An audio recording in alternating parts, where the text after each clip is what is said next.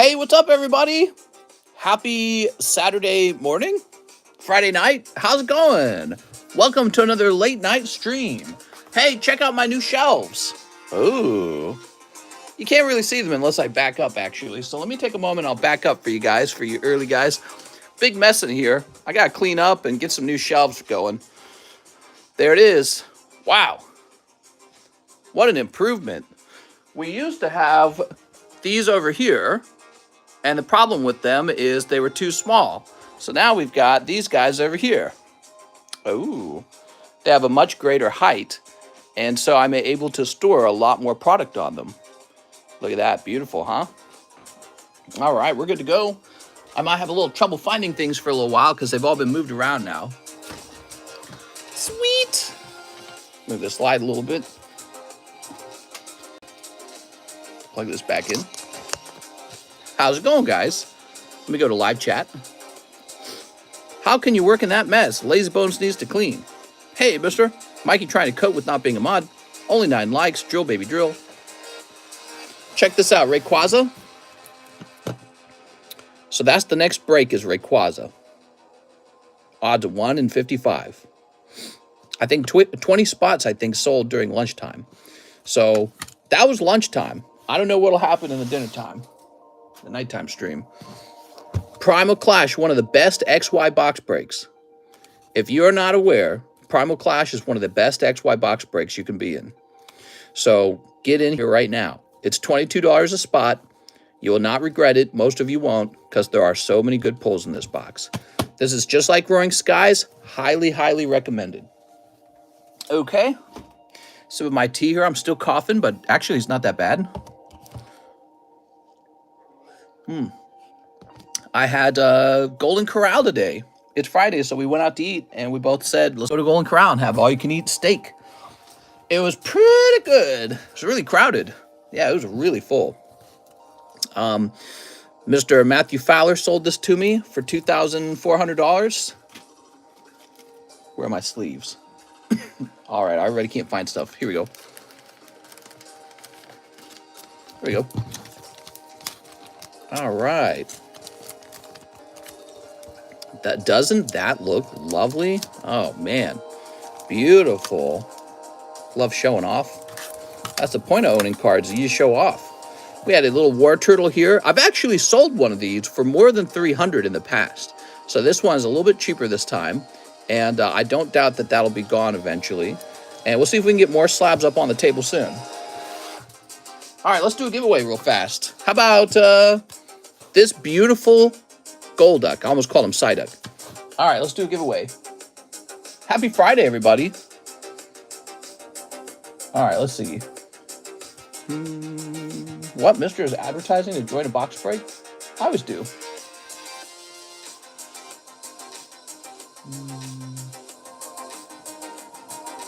All right, so the keyword's going to be one of my goals. One of my goals is to have 100,000 subs. There's no capital letters in here, no capital letters.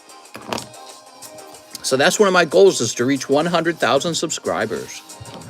It doesn't really affect anything like sales or anything like that, but it strokes my ego.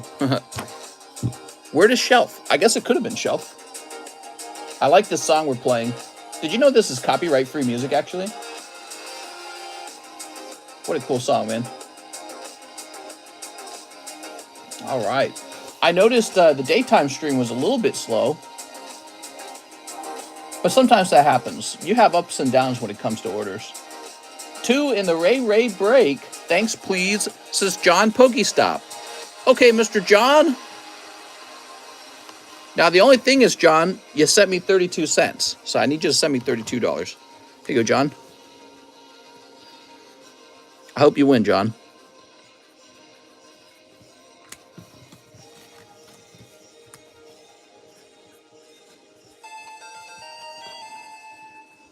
Okay, there we go. He sent me 32 cents. He didn't click enough zeros in there. There we go. Not even 50 cents. Oh, there it is. John corrected it. Big T Exotic says Rayquaza slab break.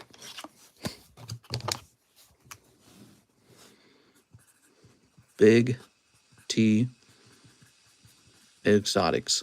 The slab breaks appear to be the most popular product recently. People just really go nuts for them. Abraham Rios, Roaring Skies Spot.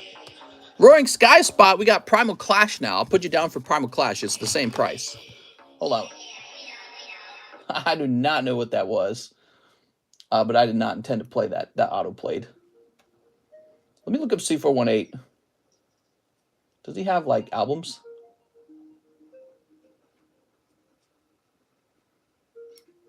Thief Excursions. I'm going to play his album Excursions.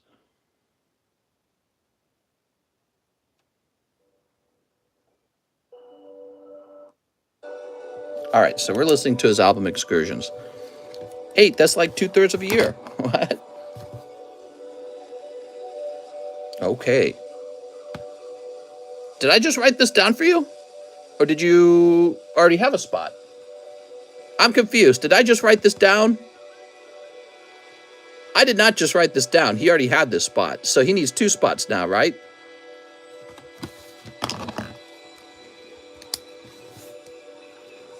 No, I swear I wrote this later. I wrote this earlier. You just wrote it, says Jen. Did I? Okay, I'm going crazy. All right. Abraham, if that's not right, correct me.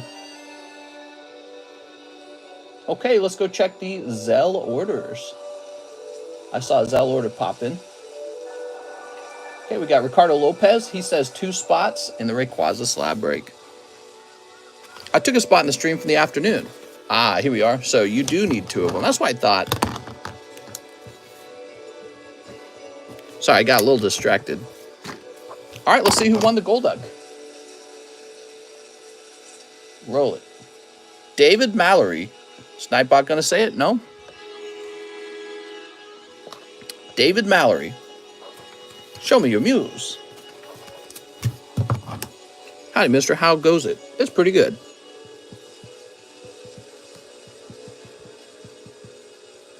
There we go, David. Very nice. Mr. David. Ricardo Lopez. This is one of my favorite artists. C418, the guy who wrote the Minecraft music. He did a great job. Did you guys know he wrote other music? He writes some albums of music. Setup looks so good, doesn't it? Big improvement. You know why those old shelves were so short? That's because in the old house, the previous house, I had this big window ledge that would sit right over those shelves. So I would use the big window ledge as a shelf, and then the black shelves fit beneath it. Now, I don't have that windowsill, so it makes a lot more sense to replace them with the bigger shelf. Here we are. They have a great smell. They smell like wood. Probably wood chemicals, actually. They put a lot of chemicals into wood. Did you guys know that? Nathan Gardner, $30 toward my SLAB-AWAY. You got it, Nathan. Mr. Nathan. So this goes down to 311. All right, very good. Sina Afsharzadigan says 2 Pokebras. What's up, Sina Afsharzadigan? How about the 16 largest bank in America failing? Yeah, we talked about it in the lunchtime stream a little bit. I don't really care. It's not a big deal. I don't feel like it's a big deal. It was a venture capital bank. So I guess their venture capitalism didn't work. That's supposed to happen, you know, because that's them trying to take as big of a risk as possible so that they can have the largest reward. And now that it's failed, what's supposed to happen is they're supposed to lose all their money. Like, how did you think it was going to fail? Well, it would fail in the case that the economy shrank. So what's supposed to happen now is they're supposed to be punished for their gamble. And if that doesn't happen, if the government just comes and bails them out, then you don't have real capitalism. Real capitalism would be them failing. So we should not allow them to get a bailout. No way.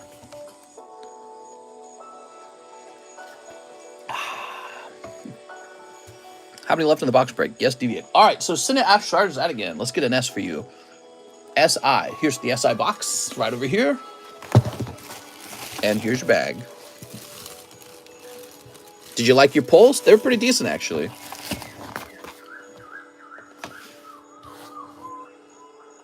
We have Mr. Mike Side, one of the Ray. All right, Mike Side, good luck in there. Wow, a lot of mods going in there. Mike Side. So who actually loses the money? Well, the bank's supposed to lose the money. And then whoever loaned the venture capital bank money loses money. Sometimes venture capital banks, they borrow money from other banks. So those banks should lose their money. And anyone who was banking with the venture capital bank, they'll lose money too. So if you were putting your money in with them, you lose your money. That's how it should work, in my opinion. Alberta Gill, 2 Ray spots. I'm watching being a nerd, but I'm listening and gaining knowledge. You know what I mean, Mikey. Yeah, so a bank takes money and it loans it out to people who are going to start a business, and the bank takes on some of the risk with you by loaning you money. It says you're going to pay me 10% return, and I'm going to loan you $12 million. And the venture capitalist says, okay. Not the venture capitalist, but the business. And those amounts can be very different. They could be based on equity in the company. They can be based on really high percentages, depending on the risk. And basically, since the economy fell, these startup companies that were borrowing the venture capitalism money, they're not making any profit. So they go back to the bank and they say, we can't pay our loan. We didn't make any money. We can't pay you.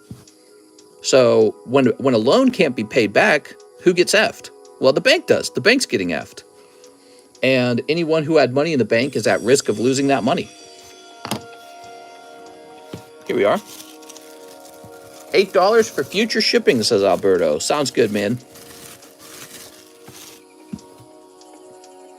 Here's Francisco Cruz, 2 Primal Clash.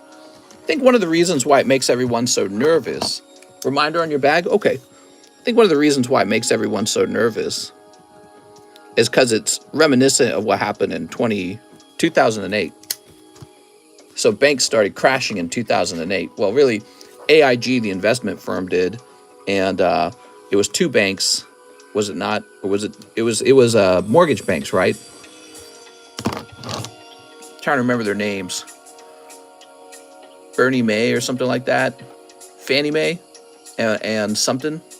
Was it Fannie Mae, Bernie Sachs? I think that was the name of them. All right, Alberto, let's find your bag. So many names to remember.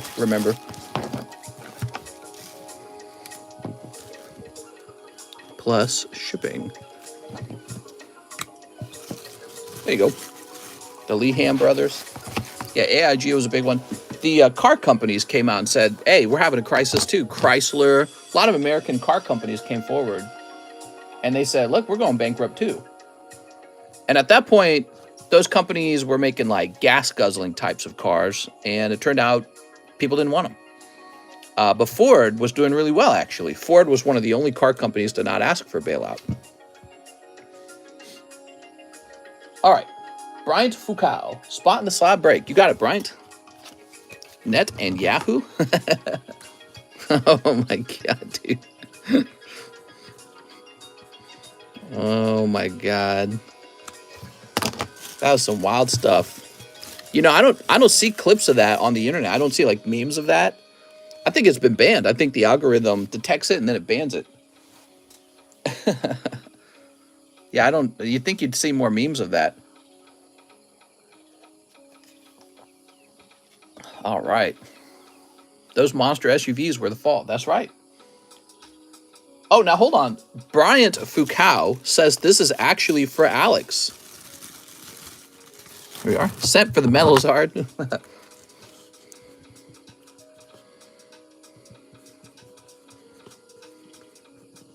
There we go. All right. That's very kind, Bryant. Here's a nice Lucario 9.5. Here's a beautiful Dialga 10. Here's a Garchomp Giratina 9. Aranya Perfect. That's a perfect 10. And Giratina 9.5. Love these cards, man. How much is Dazard? So that one cost me 2.4 thousand. And he's just going to go in my collection for now. Elaine Sanko, 100 on my SLAB-AWAY, please. You got it, Mr. Elaine.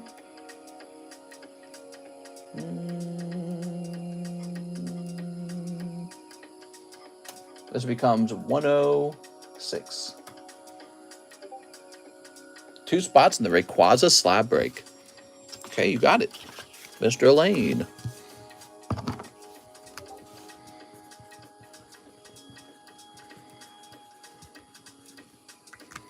One. Have you coughed since the reorganization?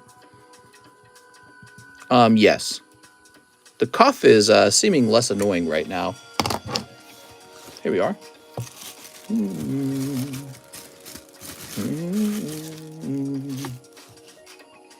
Okay, so something, yeah, somebody beeped me in Discord.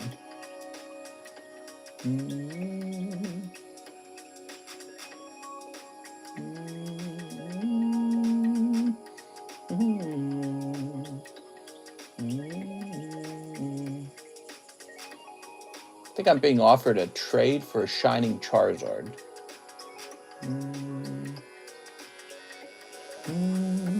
All right. I don't have time to do the math on that. That's the real problem. Octavio Melendres. Add this to my store credit. You got it. I mean, to your SLAB-AWAY, huh? So give me a second, Mr. Octavio.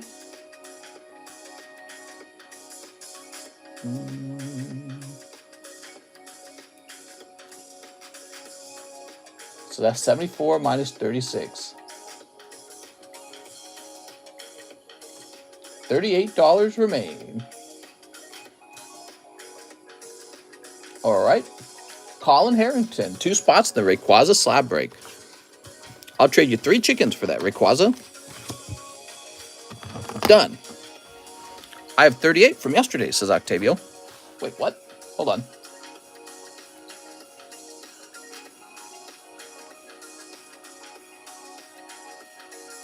Hold on.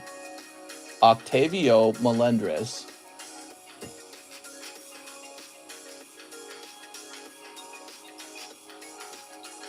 So you're saying it should have already been 38? Is that what you're trying to tell me? What do you think I won all the power?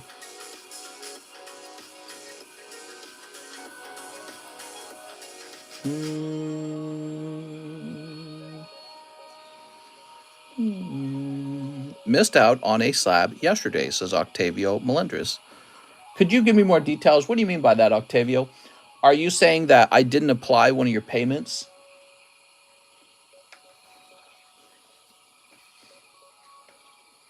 Oops.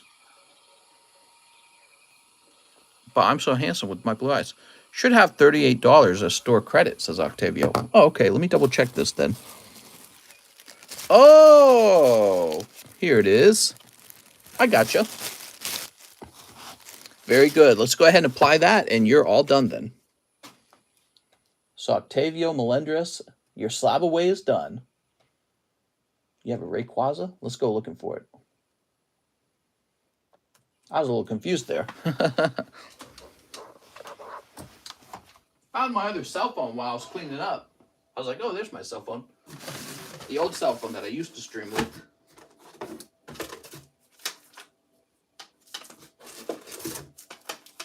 Aha, here we are. Oh my God, that's such a good card. You guys ready to see what he had on SLAB-AWAY?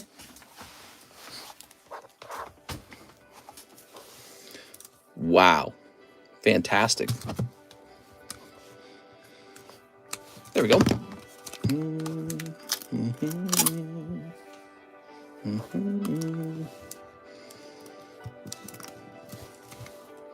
Crazy, man.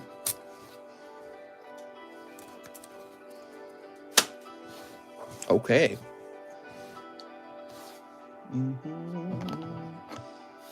So Colin, it's Colin, right? Colin? It's Colin. Colin Harrington. I'm so bad at this, Colin.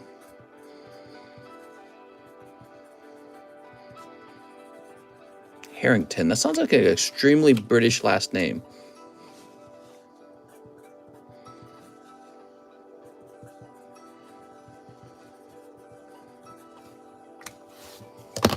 There we go. Colon. I feel like Mr. doesn't eat eggs. I love eggs. I eat tons of eggs. I had probably about 4 boiled eggs today. I'll probably eat 2 more eggs when I'm done. I'll go through like a dozen eggs in like 2 days. Eggs and sardines and garlic. 1, 2, 3, 4, 5, 6, 7, 8, 9, 10, 11, 12, 13, 14, 15, 16, 17, 18, 19, 20, 21, 22, 23, 24, 25, 26, 27, 28, 29, 30. 30. Yeah, eggs are actually one of my top foods. I love eggs. I could eat eggs all day long. You could serve me 3 meals of eggs, and I would say I had good food today. Michael Bethel, 2 Japanese arcanas. Michael Bethel. Okay, so let's see. What did I put the, they're over here. Cool. It's interesting because my wife doesn't like them as much. Here we are.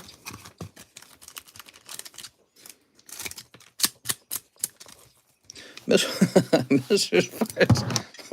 Nuclear. That's not true. Weirdly enough, I'm not a very gassy kind of person. But some of my siblings were. I don't understand it. I couldn't tell you why. It's just biology. Another one I never understood, beans. People who eat beans get gas. Not true for me. Not true for my wife either. She eats a ton of beans, and she's not gassy either.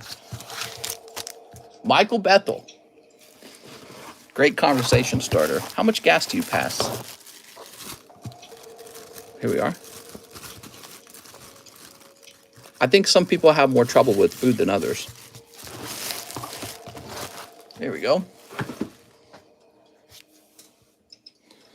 Mr. has a superpower. Celery is dental floss for your intestines. Is it really?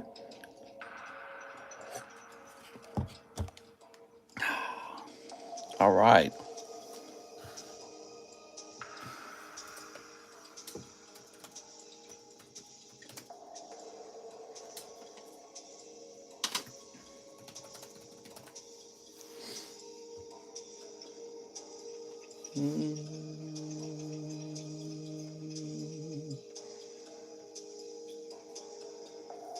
So, Michael Bethel.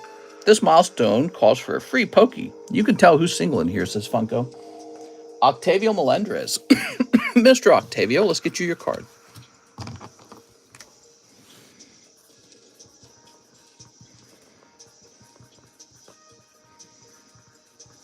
There we go. Is Becky easy to get grades from? I'm waiting for my first Beckett grade to return. It's my first time grading with them. Nathan Gardner, would you sell 100 semi-ridges for $15 mail-ins? Oh, I see what you're saying. Because you need semi-rigids.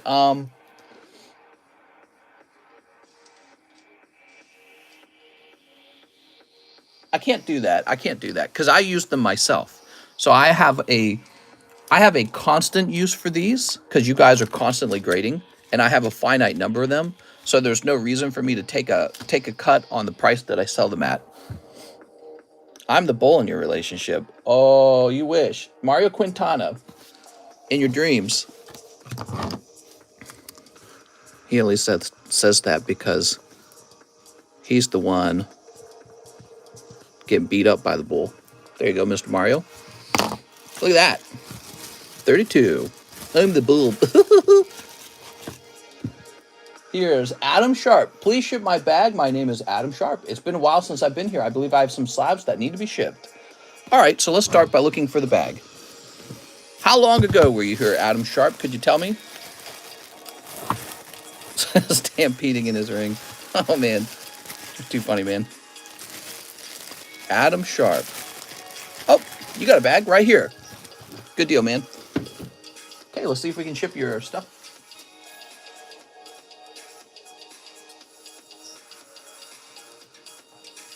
Okay, we're shipping you for the first time, maybe. Let me go log in and look up your address, Adam.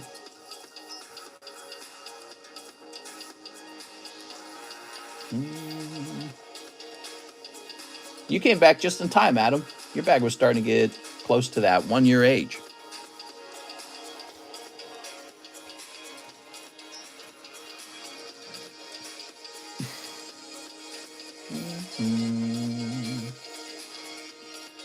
Okay, Adam, I see an address that begins with the number 7.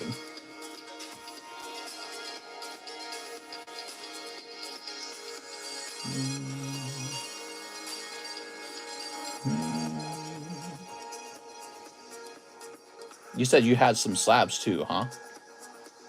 Okay, we'll get you a heavier label, I think. Yep.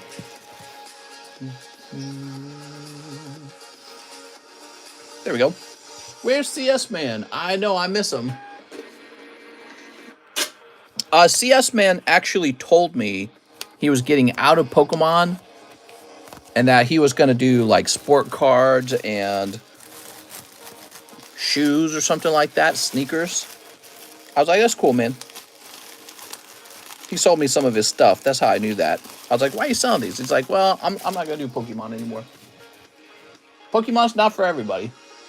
It's for me, that's for sure. I love Pokemon. Sansane, I'll take 1 spot in the Rayquaza. Okay. Will you be the best man at my wedding? I think it would interrupt my streaming schedule. There we go. Got a few slabs as well. So Sansane. There we go. You can say he shooed away from the hobby. Oh, man. Brandon Boutillier. Primal Clash and Slab Break spot. Okay. Very common order right now.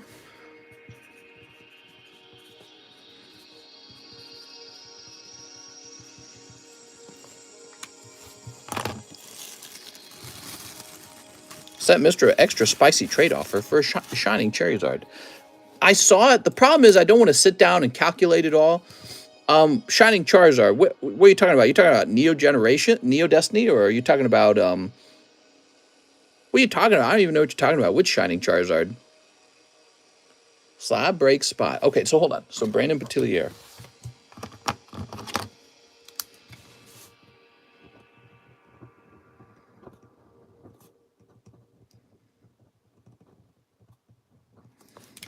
There we go.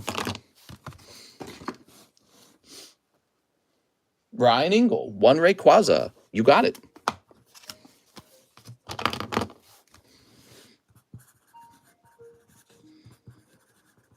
There we go. I have a feeling this Ray will happen soon. I have a feeling you might be right, Jen. Jen, you might be psychic. Okay, we have an order. Octavia Melendres, 3-dimensional. Okay, you got it.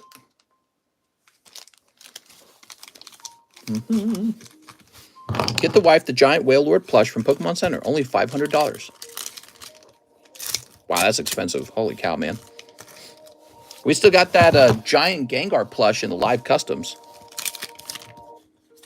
Here we are. What do we got? We got Mireille Mikagura. I watched The Last of Us. Where do I find the card graders nowadays? Here's Gazimon. I do have some for sale. You know what you should do? You should find another person in the community and go in on a split on them.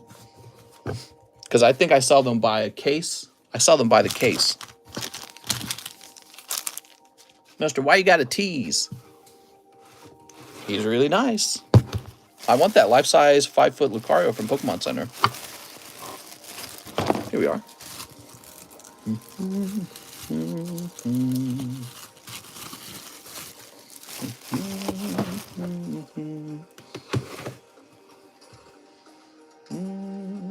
Nathan Gardner, slab break, 2 spots.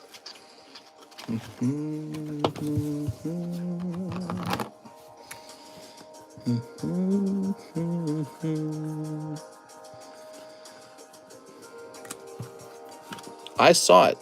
What? He was giving me the take me home glare.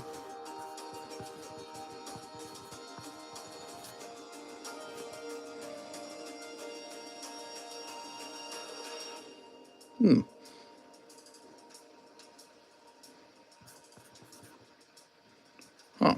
I think I changed my cursive G's. That's the cursive G, but I think I changed mine to actually look like a regular G. Long time ago. So that's got to be getting close to 40 there.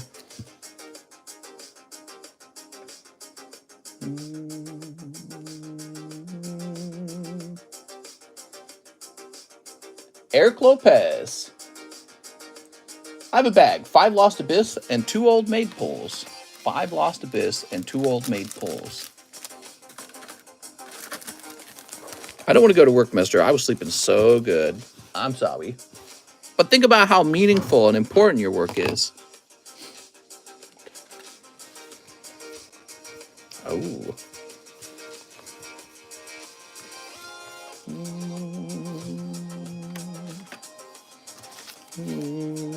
Had another part to my order. Oh, we better go back and fix that for you. We'll take a break from Eric J. Lopez and make sure we get your order right.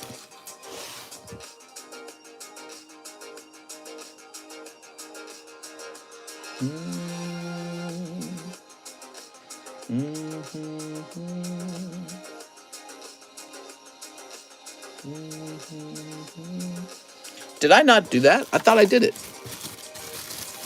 You know what happened? I think I imagined doing it. So Octavio needs another spot in the Rayquaza slab. I have like a memory of doing it that's false. It's a fake memory. All right, here we are. Octavio Melendres. There we go. We'll chat later, mister. I value everything out for you and send you a spreadsheet. Thank you very much, man.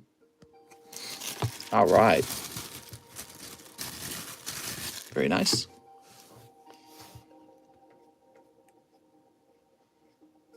Let's see. Jumping back here.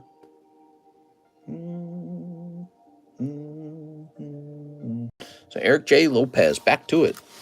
How's it going, Eric? Beautiful.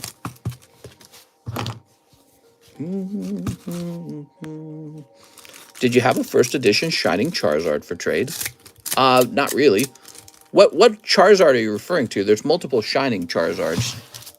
You talking about the Neo Destiny one? Here we are. That's a holo. Here's a Giratina.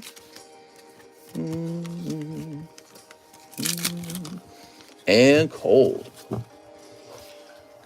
I probably said something along, if somebody asked me about a trade on that card, it's probably, my answer was probably along the lines of, you know, make me an offer I can't say no to and I'll do it. But normally that's a card that I hold on to. It's just part of my hold collection. You know what I mean?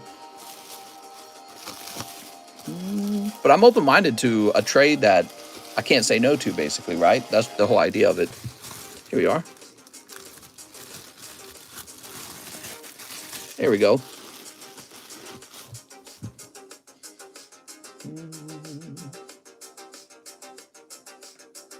But that's true with a lot of my cards, by the way. Marco A. Castaneda. Can I give 5 packs of Lost Abyss and ship my bag? I have a couple of slabs too. First time shipping. How do I get my address to you? Oh, Mr. Marco.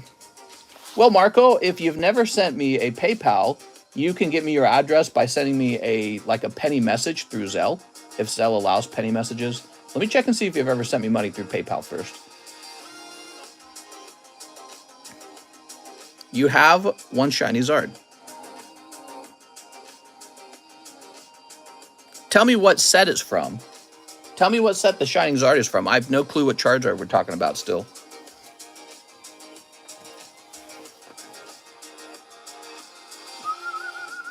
All right, it looks like, where can I contact you so we can talk more and I can send you over what I have for trade?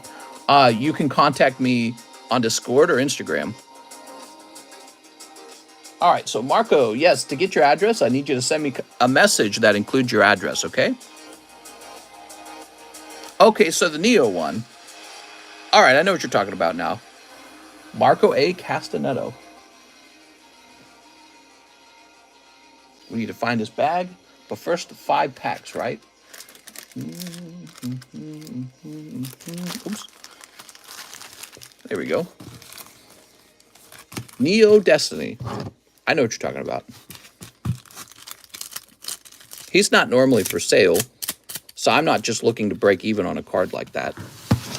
Sometimes people will offer me a very nice trade because for them it's easier than getting cash together. Here we are. I'm not looking for a kind of trade where we wring our hands and try to get very close to the exact number it should be. Because if that was the case, I'm just going to hold on to the Charizard. It's easier than having to deal with a bunch of smaller slabs. That's actually what I've been trying to do, is get rid of my smaller slabs so that I can hold on to cards like the Charizard. There we go, Marco. I lost the count, Jen, but it is close. Here we are. But yeah, every now and then somebody reaches out and they offer me a very good trade, and I go, okay, let's do that. Wait, why did I get a new bag for you? Because I'm talking too much. I'll trade you my first edition base set sealed box.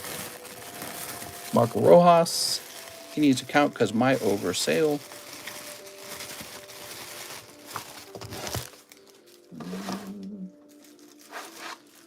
What's your Discord? Well, you can find a link to our Discord server in the description of the live stream. And my Discord name will just be TheCardconomist. You should be able to see that it shows me off as the Discord owner. There we go. I mean, my email's in the description too, under ZELLE. You can technically send me an email. All right, so we got your bag here, Marco. I just need an address, and then I'll be ready to ship you. Would you be interested in my first edition Fossil Gengar? Yeah, I'd be interested in that. I like that card. I like that card. I like Gengar. Always interested in a Gengar, by the way. So Riley Allen says, good evening. Can I please get 2 spots in the Primal Clash? Okay. Riley Allen.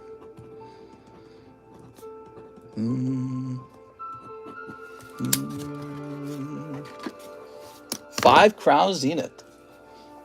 And 1 slab break spot. Okay. Riley Allen.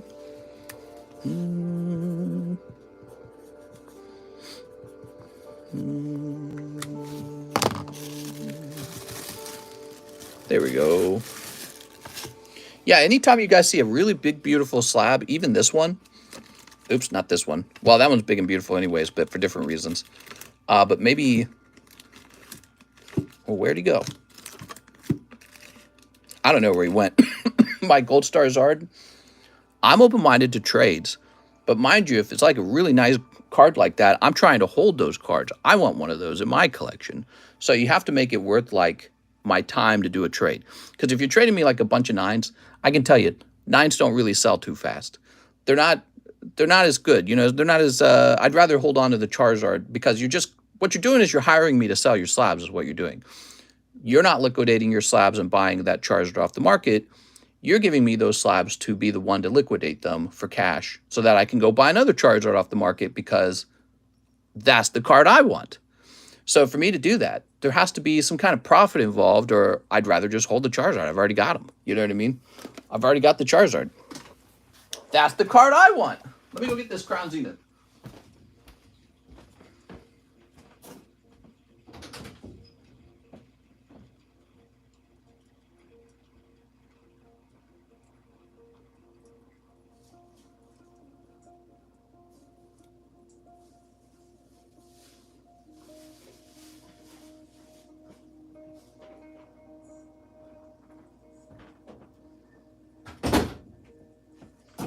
Ow. All right. Oops.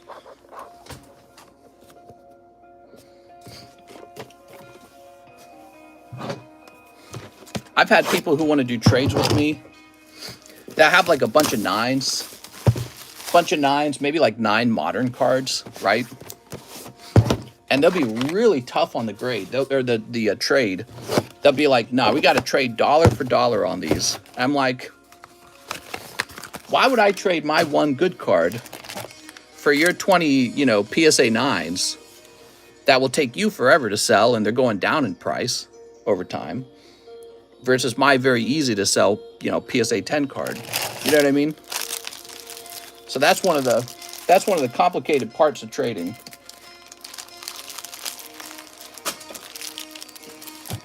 we are. If you're trading down into lower quality slabs, that has to be accounted for. Here we are. Let's see what we got. How's it going tonight, guys? Happy Saturday morning, Friday night. Is PSA 9 a bad investment? Not always. Definitely what affects it is the population. So if your card is really high pop in the PSA 10s, then yeah, I don't know if I would collect a 9 of it. I guess a 9's just a really cheap way to collect. If your card's actually really low pop for the 10s, the 9s are legitimate. You could collect those and see their values rise. I've seen that multiple times with multiple sets. So the population plays a big role. You got to pay attention to some information like that. So I'll give you an example, like why am I collecting Cardos 9s? Well, it's because there really aren't that many Cardos 10s. There we go. All right, so this is for Riley Allen. Thanks, Riley. Appreciate the business. You guys notice Crown Zenith is now $9 a pack, so it's actually gotten cheaper. I recently noted that Crown Zenith prices fell a little bit, so that's good. Maybe there was a reprint of them, I don't know. Thinking about doing a heavy restock on them. Oops. Okay, Corfish. Magmortar Tapu Lele. Is the Rocket Mewtwo still on the table? I think he is. Yeah, I think Rocket Mewtwo's still there. Enamorous. Girafarig. Hoopa. He got the hoops. Invest in Pokies. Banks are not secure. God, I'm glad I invested in Pokemon rather than tech startups.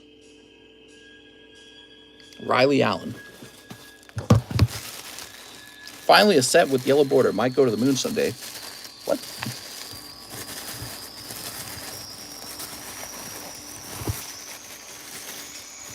Is this it? Nope, that's a different Riley. It's music right now. It's a loud noise, man. You're finding plenty of Crown Zenith at Walmart? Good, that's a sign that they've printed a lot of it. Means there's plenty to go around. I don't know how long that'll last. People thought that there was a lot of, you know, like Chilling Rain, and Chilling Rain's starting to go up in price now. Okay, what's up with your bag, Riley? I can't find you. Do you have a really large bag, Riley? He didn't say new bag, did he? Can you tell Johnny needs to eat vegetables? Well, that's what they say. Nutritionists say that you need vegetables because they're full of like phytonutrients and stuff like that. They say eat your fruit and vegetables. It's large, says Riley. That's why I suspected. So it's probably on the table, if I had to guess. We have a lot of trouble with our bags. Ray Satarsky.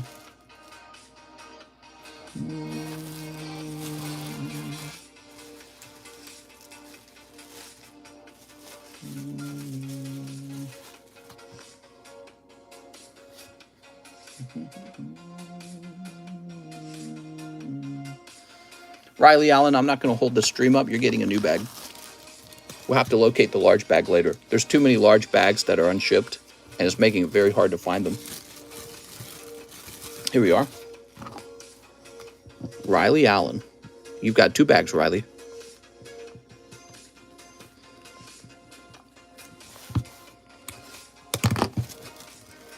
The R boxes in particular are giving me a whole lot of trouble. Can't find them.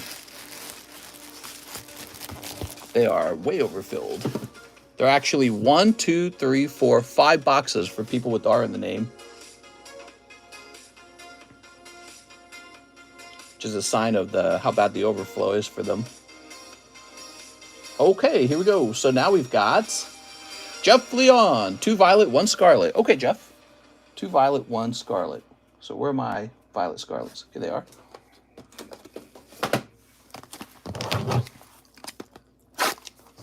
All right.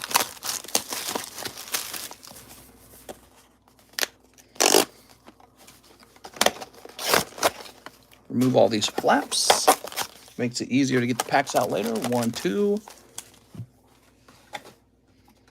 and 3. There we go. Beautiful. Jeff Leon's got a box.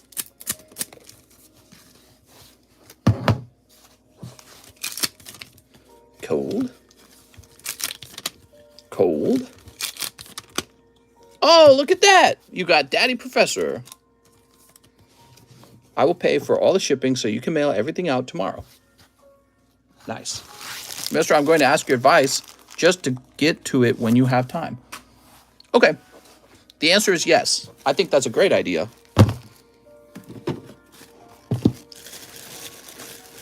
So you grab this bag, pop this guy inside of it.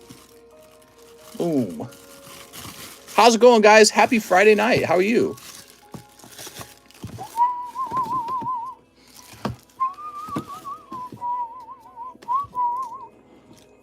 There we go. If you're wondering what to open, we have a Primal Clash box break. It's an absolutely fantastic set. There's no reason not to jump into that. I would jump confidently into Primal Clash myself. Abraham Rios says 2 jobless. Oh, right. The new jobless ones, right? So hold on. Oh, they're over here. Okay. Jobless reincarnation. So I did have more of these. I had a whole case of them, in fact.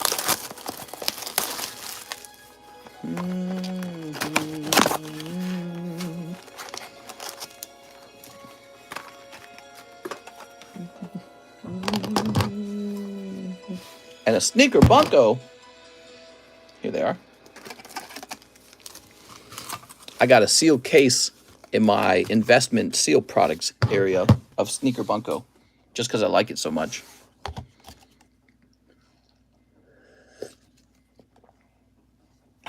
Is shipping covered or is that on me? Hello, Kevin. Yeah, so shipping is something that you have to order. It's $9 in the United States, no matter how many cards you have. If you have 2 cards, it's $9. If you have 20 pounds of cards, it's still $9. If you're international, it costs quite a bit more, though. So international is calculated. It's either $20, $40, or $80. Really expensive. Here we are. Here we are. So on this channel, it benefits you to build up a little bit of a bag before shipping. St. Louis Mo Killa. Oh, no, it's the killer. Here we are. What do we got? 2 hollows.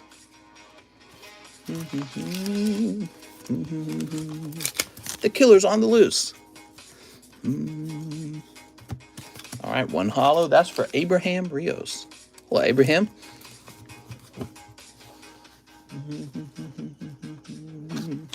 All right.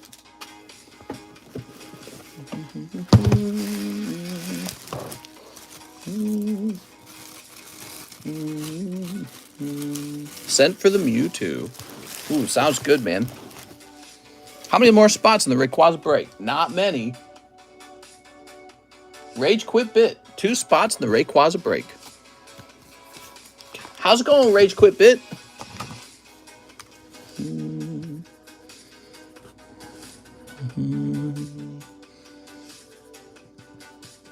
Time to go to work. Good luck, everyone. Except Snorlax.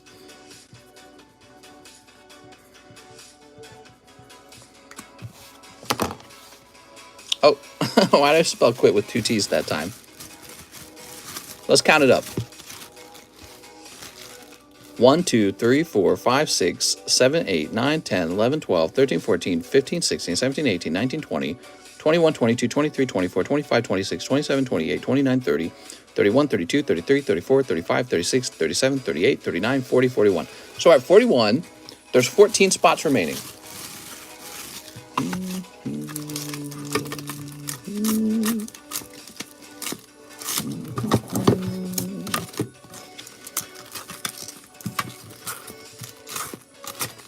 There it is. Great card, by the way. Oh, Espeon Deoxys. Houndoom. We got Ghastly. Melodic. Oops. And Houndoom again, but we're going to let it be Melodic. All right, cool. Got some cool cards up here. How about a giveaway? So what do we got for a giveaway? We got a, make sure this is all right. We have a Lucario V-Star Universe Holo. All right.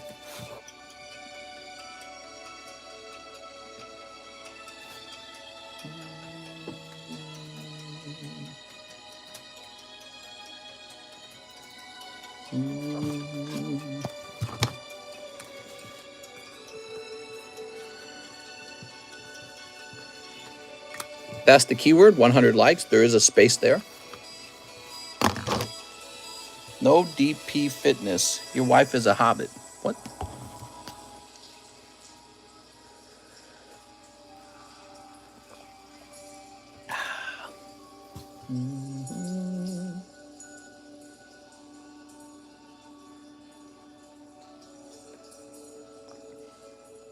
Octavio Melendres. He says he'd like to express grade Makagura. You got it, Octavio. All right.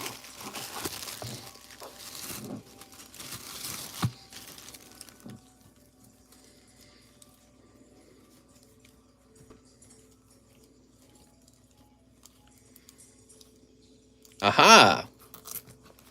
Whoa. It's Digimommy. Nice pull, man. There we go.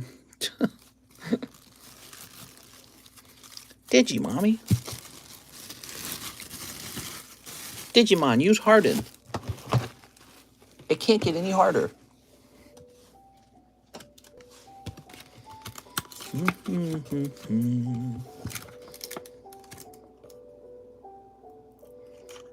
Heard a rumor you were giving away the Rayquaza at 100 likes. Oh, yeah. That's accurate.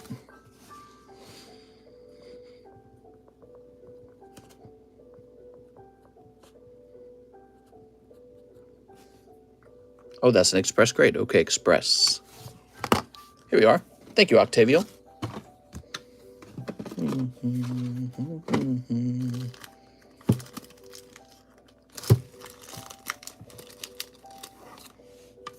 Put this guy back in the front. All right, let's see who pulls this. Give me a minute. The winner is Marshall Weber. Oh, there he goes, Nightbot. Okay, Marshall Weber. Congratulations, Marshall Weber.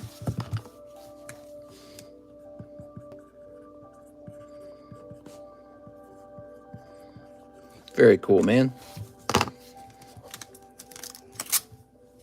Walmart keeps restocking Evolving Skies ETBs. Nice. There it is. Beautiful. All right, cool. Javier Arroyo. What's up, Mr. 2 V-Stars? Okay, 2 V-Stars. Ooh. That's 3 already, bro. Hell yeah. Thanks, mister. Crazy, man. That is wild. Okay, you've got Comfy and Arceus. Whoa. What are you going to do with all those Pokemons? Okay, we've got Zoroark. Very nice.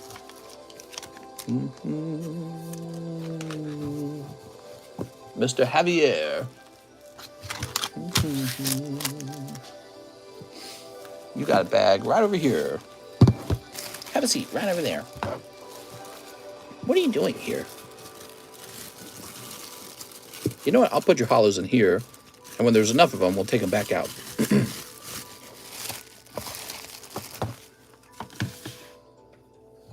Miguel Reyes, 3 spots in the Primal Clash. Great choice.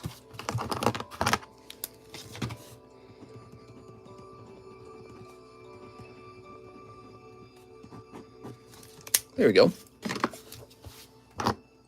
Octavio Melendres, SLAB-AWAY the Mewtwo. Here it is. Wow, great card, man.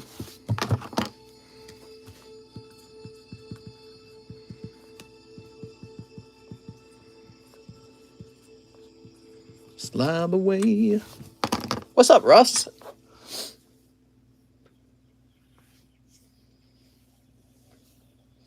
Okay, so you would be right over here.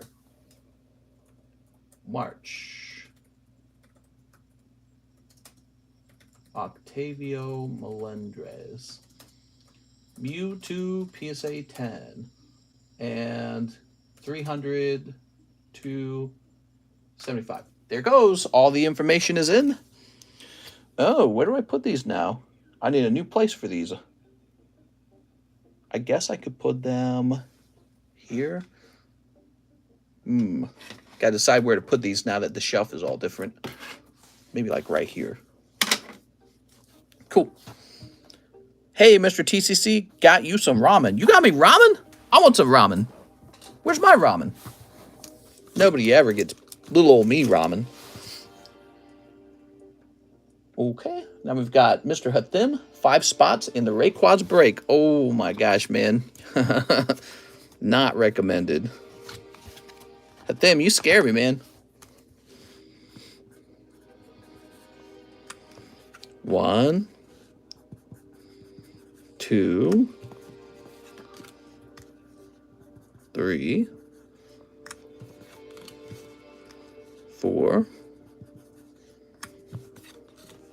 5. There we go. Here we go again. This time it will probably miss. The odds of hitting it twice in a row, so low. So let's see. If it was at 41 and he just added 5, we still got a ways to go.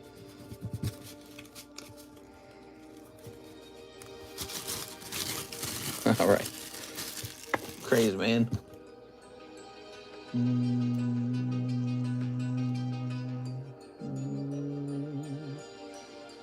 Marco Castaneda. 2 more Lost Abyss. Don't say this part out loud. Oh, it sounds good, man. All right, here they are.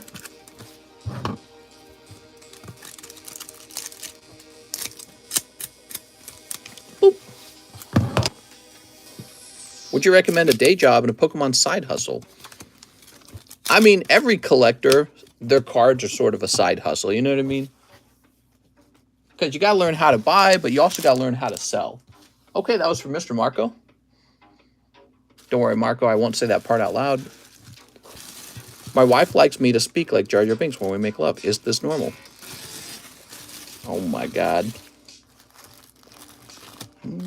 Oh, I like this song that's playing. I just decided I'm going to Chick-fil-A.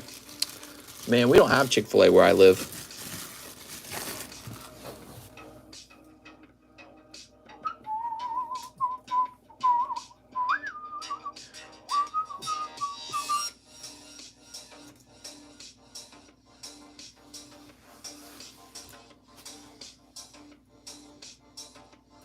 Let me make sure I spelled your name right.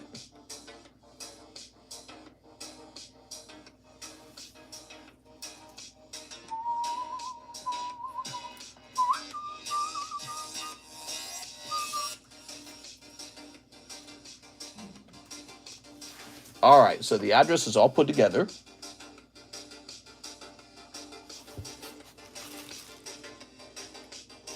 And print.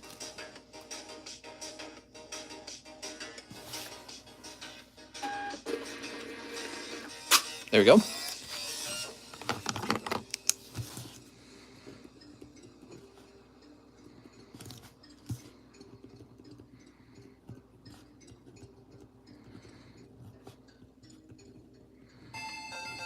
Probably spelled this wrong. A new ball. Nice, man. Good. I'm glad it's normal. She has me yell out, Misa, Jar Jar Binks, you like me bangy bangy. This is definitely real. I can feel it. All right, cool, man. Marco Castaneda. Wow, we got some new memberships. I feel old now. I'm a veteran, says Russ. Russ, you've been here for a while. Irving Morales, 1 into the slab break. All right, Irving. Dang, you went live early. This is early? No, I went live at like 12 o'clock. 11 would be early. Okay, here we are.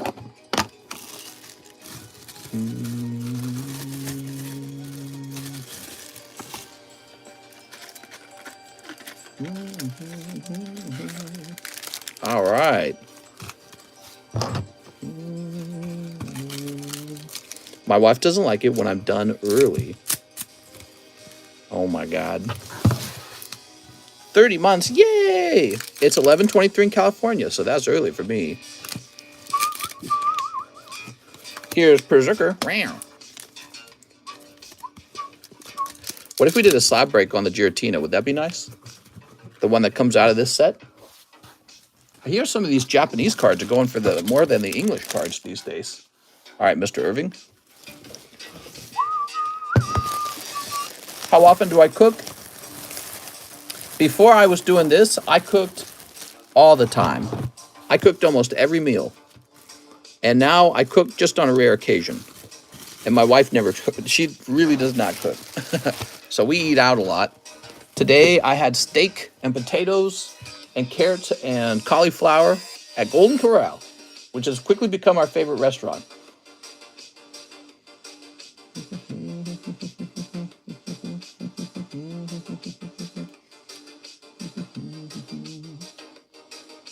Theodore Perez Jr. To my SLAB-AWAY. Message John about the 3 express grades. Haven't heard back on my NBA cards. I suspect it's because he has not seen them.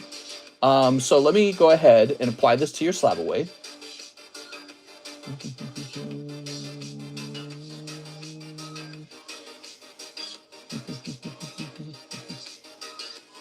This goes down to 200. Golden Corral, not bad at all. We like the price, and we think the food is decent. I just get the steak, and then I just get a bunch of vegetables, and that's it. I might get some of their like fried shrimp or something like that, but William Stout Jr., Brad Bettel, JD and Melua, Bobby Toledo. I'm going through this box just to double make sure you're not in here. Bobby Toledo. Okay, Nathan Gardner, David, JDN, Beatrice, Nicholas. Do y'all get delivered? No. We have to drive there. I wish it was delivered, but they don't deliver. Joseph, McNeil, James, Jennifer. I love staying at home. Sven Jansen, Dennis Manieri, Ryan. You're definitely not in this box. That's what Nathan Gardner got around. I remember there being a line out the door at Ryan's. Really? So this is for Theodore Jr. Perez. Troy Broughton. I think we need to grab your bag and just see if we never pulled them.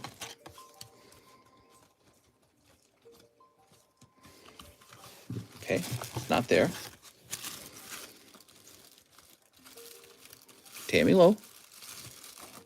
Ah, that's the Theodore Labby. The moment I saw Theodore, I'm like, that's it. Okay, I didn't see them. So there's only a couple ways this goes. John does have them, and he hasn't responded to you, or we never pulled them out of your bag potentially. Theodore Perez, let's try and find your bag real fast.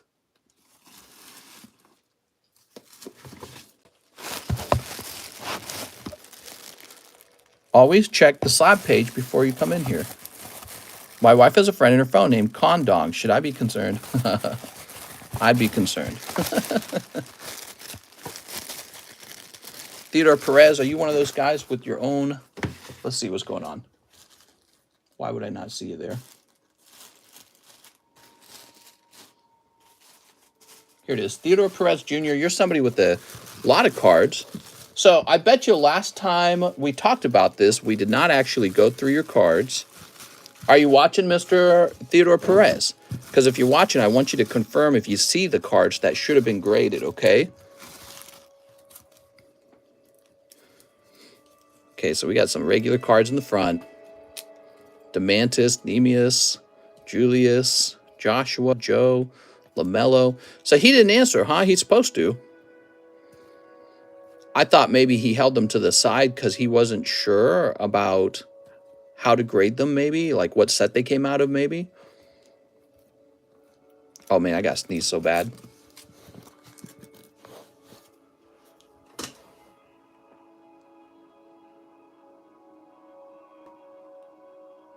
Man, the sneeze did not come. All right. Let's go back to Theodore Lopez's orders and see if we can locate them that way. Well, no, it won't be easy to do that because Theodore Lopez was ordering in the ZELLE, and I don't know how to search ZELLE for a specific person. How many spots for the Rayquaza? It should be, like, done soon. Should be, like, 5 or 6 spots left. Desmond Bain, Chris Duarte. All right, so I ran through those, Mr. Theodore Perez. Did you see anything that looked right? Did you see anything that looked like your grades that should have been gone out? We're trying to determine where the heck they went. I have a couple more here. We have Zach Levine, Joe Weiskamp, Trey Mann. So there's a couple more. Did any of those look like the ones you had listed? Maybe replay that part of the live stream on slow-mo and see if you can identify any of the ones that should have gone out. Because we're trying to determine if I actually retrieve them for you.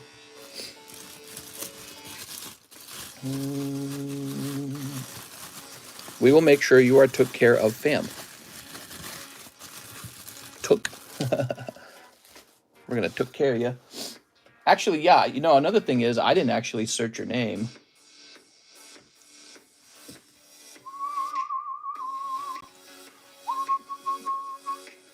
I do see that you had some returns. Stephen Curry and Austin Reeves. Those are the most recent 2, but that was only 2 of them. You did pull them out and put them in a bag. It was February 27th. LeBron, Kyrie, and Doncic. Okay. So the only thing I can think then is they're with John somewhere. Because I don't have anywhere else to put them. You said I put them in a bag, so they're not mixed in with my stuff. I don't grade support cards anyways. They're definitely not mixed in with my stuff. I'll have to talk to him about it.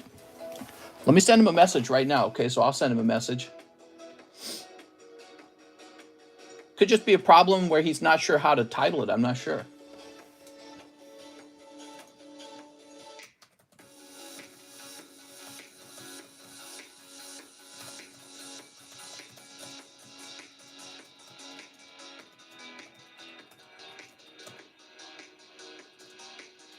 All right, so I sent him the message.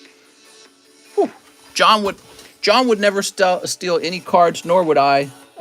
That's not ever going to happen. And they're not expensive cards anyways, I'm pretty sure. So I'm sure they've just been misplaced somewhere. Or John's got them and he's not sure how to title them. It is possible. I could have taken them and put them down somewhere, but I wouldn't put them anywhere. There's nowhere. I don't have any places to put, like, cards waiting to be graded other than 2 places. I do that on purpose. So one of the reasons I never lose things that I don't want to lose is I keep them all in 2 places so that there's nowhere else for them to go. So I apply like strict rules like that to myself. That's why I always know where stuff is. All right, so Justin Com, 6 Lost Abyss. Okay, Justin Com. John said they're next in line. Oh, well, there you go. Here we are, 1, 2, 3, 4, 5, 6.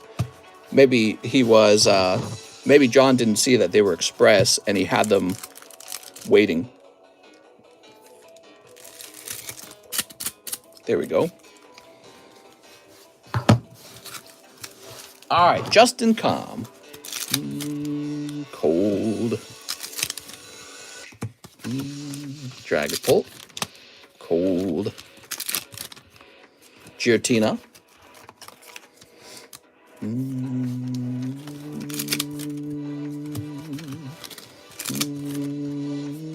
Crocodile. That's for Justin Com.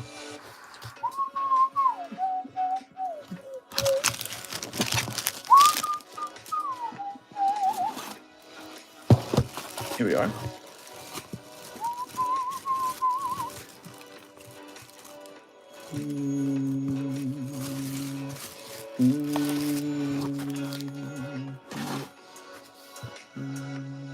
Antonio Suevas, Rayquaza.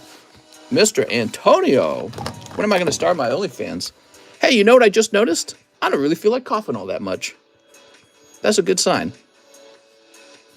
I had this happen the other day, though, and then the cough continued. So I wonder, yeah, I don't know. Here we are.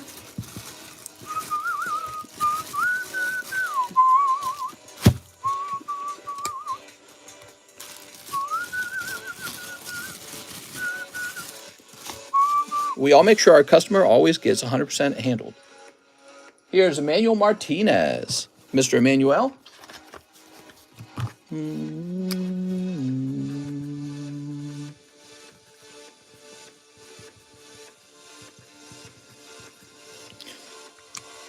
It's the fresh wood chemicals on the shelves clearing up that cough. That's right. It's the smell of the chemical wood.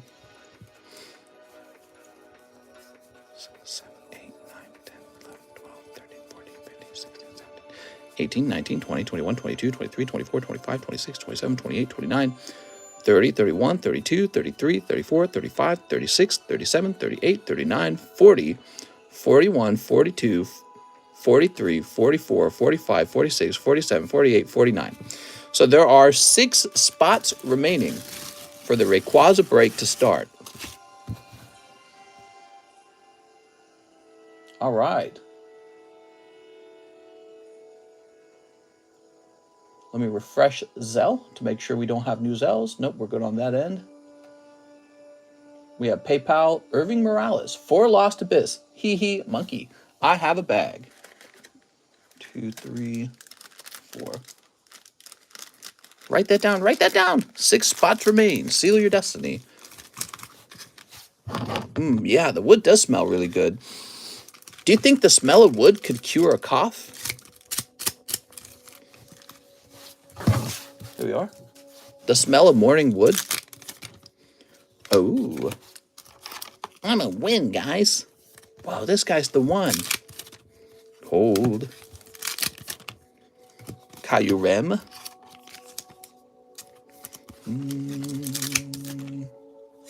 Kyurem. Irving Morales.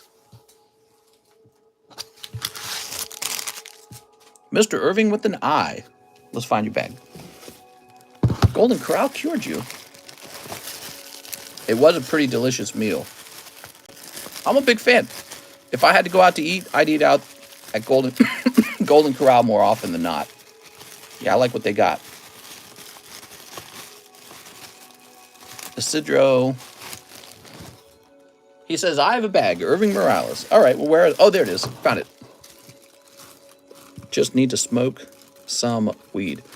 My wife's been having after effects from the weed, and it's really upsetting her. She has really heightened anxiety, and she has feelings like she's getting confused, and she's having feelings like she doesn't have as much motor control over her hands and legs, and it is really upsetting her lately because she didn't think it would last this long. So that is the news from her lately. All right. Residual weed effects. Here we are. Let's see what we got. Ryan Searles, 1 Rayquaza break. Really short line, by the way, guys. I think you guys are all anticipating this Rayquaza break. Wow, that is awful. Sorry to hear that.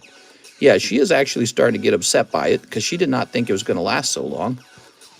There we go. She had a very bad experience with it. Honestly, 4 months sober and the mental clarity is nice, says Theodore Perez. Yeah, so she has this feeling like, she says it comes in waves. It's the same feeling she says she would get from the weed, and it will suddenly hit her and make her feel like she doesn't have as much control over her hands and legs, and then she gets like mentally confused. And she says it's actually a really anxiety-inducing experience. And she thought weed was like you smoke it, you get high, and then the high fades. But it's been like 2 or 3 weeks now, and she's still getting it, and it's really messing her up.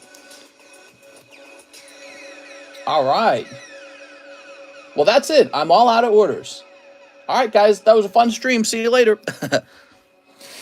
I had that happen to me, mister. It lasted for 2 years. That's a long time. She only got high one time. So I can do whatever I want during this time period if there's no orders. And I guess what I'll do, I'm going to open this Elite Trainer box and get the packs out. Mr. I placed one. Sounds good. We're probably just waiting for it to register. Ban all readers. Do it again to undo it. That's why I told her. I said, if you just smoke more, it'll solve it. Repo. Yeah, now could be a good repo time.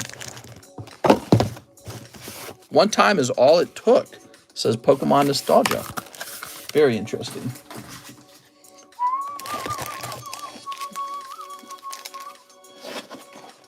If I send another 50 from my SLAB-AWAY, can we open one of my boxes of Star Birth? Oh, yeah, okay. We could do that. Said you got one of them paid off, right? That's the idea?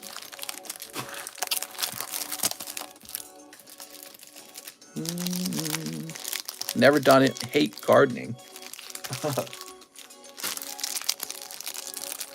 Was it the weed? How much THC did it have in it?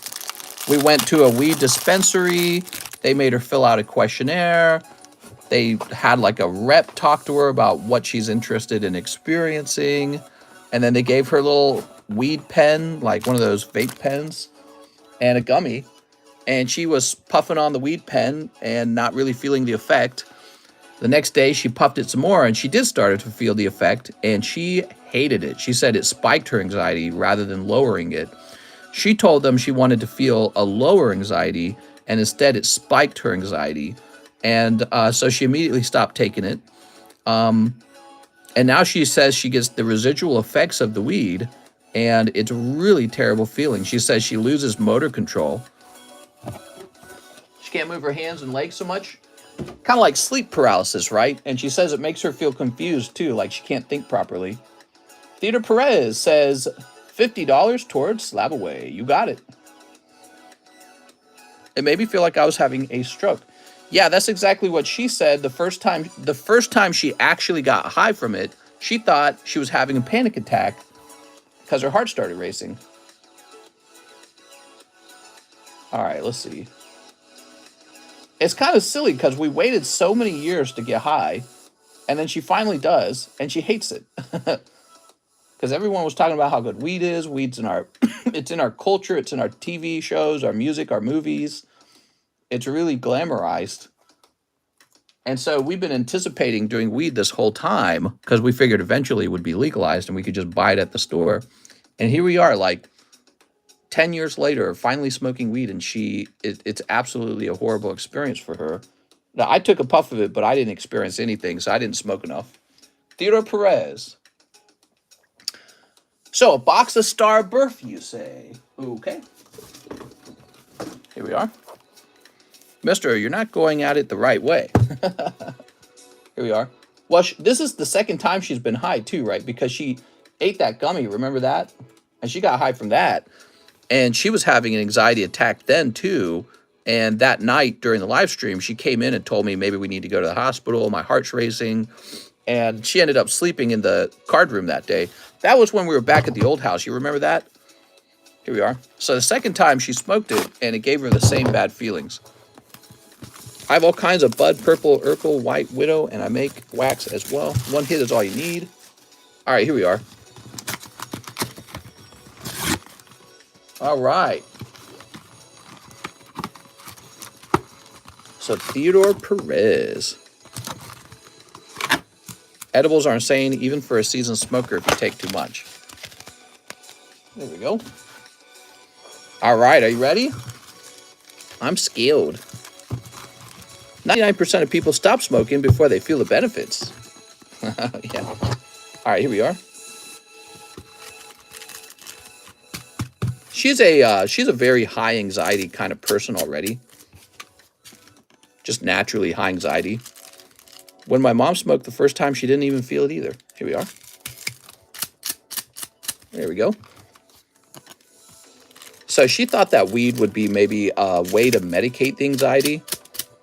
That's what she was hoping for. Put that over there. It did not work out that way. That's crazy. I've never heard of that happening to people. There we go.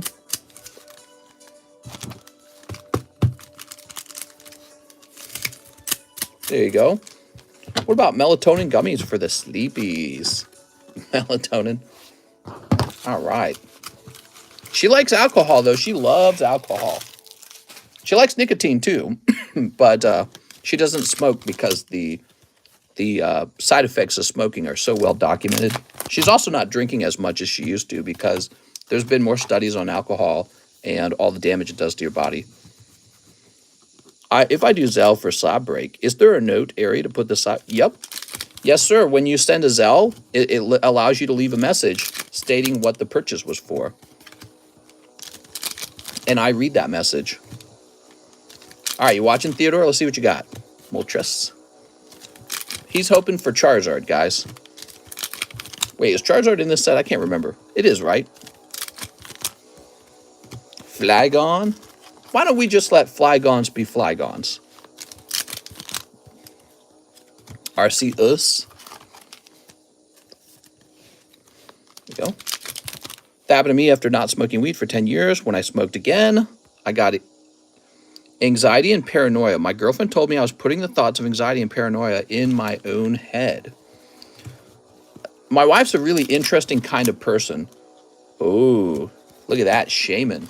She is not very good at like distinguishing the line between imaginary and real.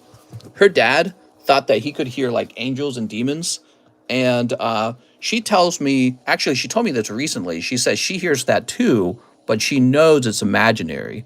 But she said it's so real feeling, but she knows that it's imaginary because she realizes she got total control over it.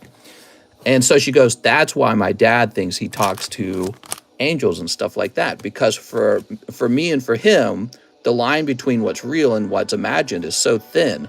It feels real.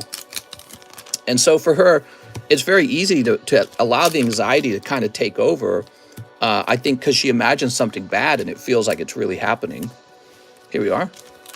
That's not true for me. I'm like the opposite of that. So I go walking in the dark down a dark alley, and all that matters to me is like the facts of the dark alley. I don't care how dark it is or mysterious. I'm like the opposite of her in that sense. And maybe that's something she likes about me. I don't know. But I've always never really cared about the imaginary or superstition or any of those things. Here we are. That's like Mikey with anime waifus. Oh my God, dude. But I found it really interesting because, you know, I always thought her dad was kind of a really weird guy because he really thinks that he gets talked to by like spirits and God and angels, and he can see demons. He really believes all that. And I don't believe any of that, of course. I think it's all made up. But, you know, one day my wife revealed to me that she experiences the same thing, but she knows it's imaginary. She knows she's making it up in her head. But she just tells me, like, it's so real, my brain can't distinguish what's fake and what's real. And so that's why it's so intense for me. And that's why she can't really watch scary movies, because she thinks it's real. And she knows it's not. But it's really hard for her to distinguish that when you're watching it. So it's really painful for her to watch a scary movie. It's really difficult for her to... I mean, she's real bad. You know how some people are like, oh, it's so scary, I'm clinging to my boyfriend. No, she like gets really terrified. She gets really, really terrified. She's just not able to tell herself, look, it's all fake. It's fake. It's just a movie. And it's very interesting. Yeah, she's you know what's really interesting about her? When she's going to sleep, it's almost like you can't stop her from going to sleep. She just kind of goes to sleep. She has almost no control over it. She was awake a minute ago, and now she's gone. She's just totally gone. You can like shake her awake. Doesn't matter. Like she wakes up, but she's still asleep. It's like being a zombie. And so I'm not like that. I can fall asleep because I want to fall asleep, and I can wake up because I want to wake up. And there's no in between that. It's just I'm awake and conscious or I'm not. But you do like the sleepwalking and all that. And I never experienced someone in life who was so kind of like, I don't know, like, it's weird. She's like in a cloud or something. It's hard to describe it. Really, really distinctive personality. All right. There we go. I thought she would really like weed because of that, by the way. I thought she would love weed because she's that kind of person. No, she hates it. She's like, this is terrible. All right. Narcoleptic. I've heard the term. I've never looked it up. What does it mean? Mr. Theodore, look at this amazing shaman that you pulled. Woohoo! All right. All right. Have you ever had sleep paralysis? She gets sleep paralysis and it absolutely terrifies her. I think it's one of the reasons why, for as long as we've been together, she has never been able to sleep in a bedroom. She has to sleep right next to me. Even right now, her bedroom's in the family room. Her bedroom's not in her bedroom. We got bedrooms. We got like all these bedrooms. She cannot sleep far away from me because she will then get nightmares and it would just freak her the F out. So she has to sleep as close as possible without being in the room, basically. I call her a social sleeper. There we go. All right, Theodore Perez. Or you see a dark figure standing in the room.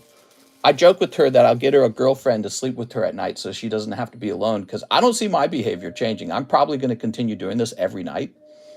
I mean, the only other way that she gets to sleep, you know, in bed with me is if her job schedule changes, because I don't see my schedule changing. This schedule works too well. All right, let's see. Yeah, she doesn't actually like sleeping by herself. She kind of hates it. Mr. Hathim with 5 base violets. You got it, man. 5 base violets. They saw you're wide awake, but you can't move. Oops. Sleep paralysis is super messed up. I had the Grim Reaper standing over me. I had sleep paralysis once when I was a kid.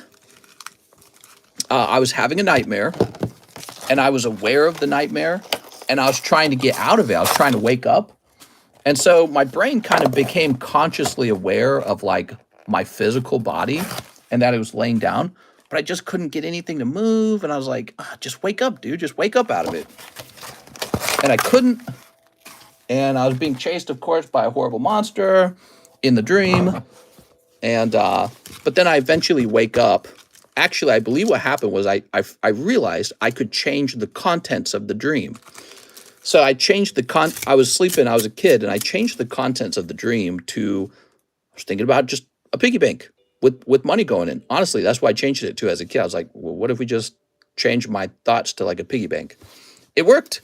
And then eventually I did wake up and I didn't worry about it so much anymore because I was like, next time I'm conscious like that and I had sleep paralysis, I'm just going to be in charge of whatever is going on in my brain and we're going to make it pleasant things. All right, Mr. Hathim, we got Palmot. Let's pull you a nice card. Houndstone. And Magnezone. Sounds like lucid dreaming. Here we go. Well, it was lucid dreaming, but I was trying badly to wake up, and I just couldn't. And it was, at some point, I became, like, physically aware of the feeling of my body. Like, I could feel my body laying there, but I couldn't do anything. My official class, ACDL, came through the mail. That's like my 3rd Magnezone. Facts does indeed sound like lucid dreaming. Here we are. All right. There we go.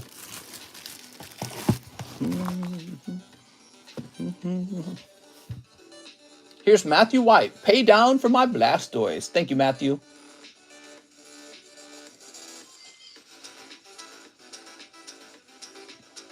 Here's the Blastoise. 230 minus 50 is 180. 181. Trenton Conger, 1 Rayquaza spot. Oh man, I lost I lost count of the spots.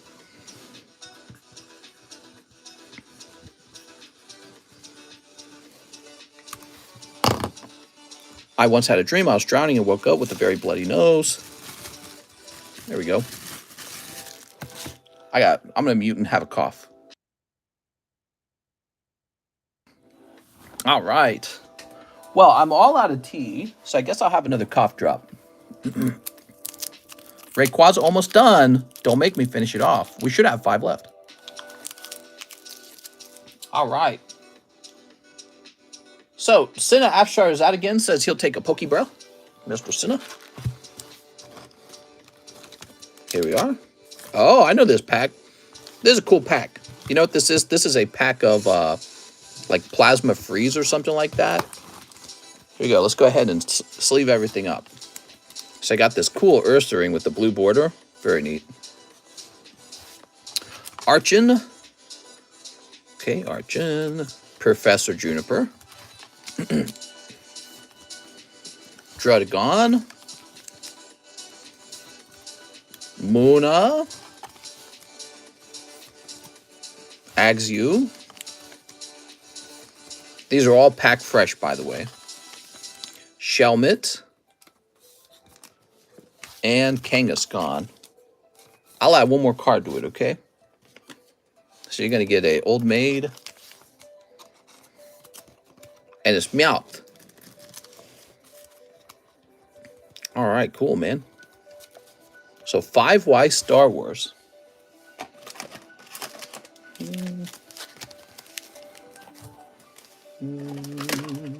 That's a box topper, by the way, that Chewbacca. I don't know what the point of him is. He's not a very good box topper. They're just like, here, give him a common card. It's like, all right. I guess so.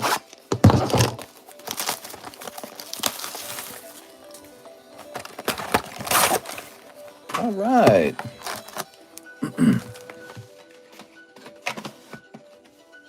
I'm already loving these shelves. They're so good.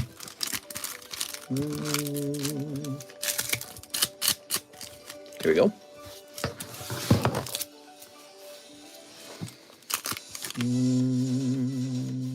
Oh, this guy, the R2-D2 replacement.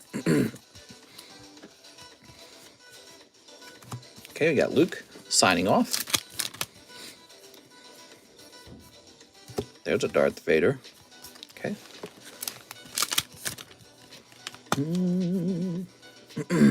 Excuse me, I'm clearing my throat here, but man, this cough has been terrible. Can't wait for it to go away. I think it eventually will. Here it is, the Emperor. Replacement till they brought back R2-D2. I know, when he didn't do very well.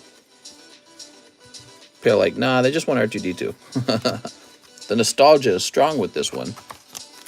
I know you don't like the psychologist. I think you should have her talk to one sometime. Thought or a product or feeling she might be repressing.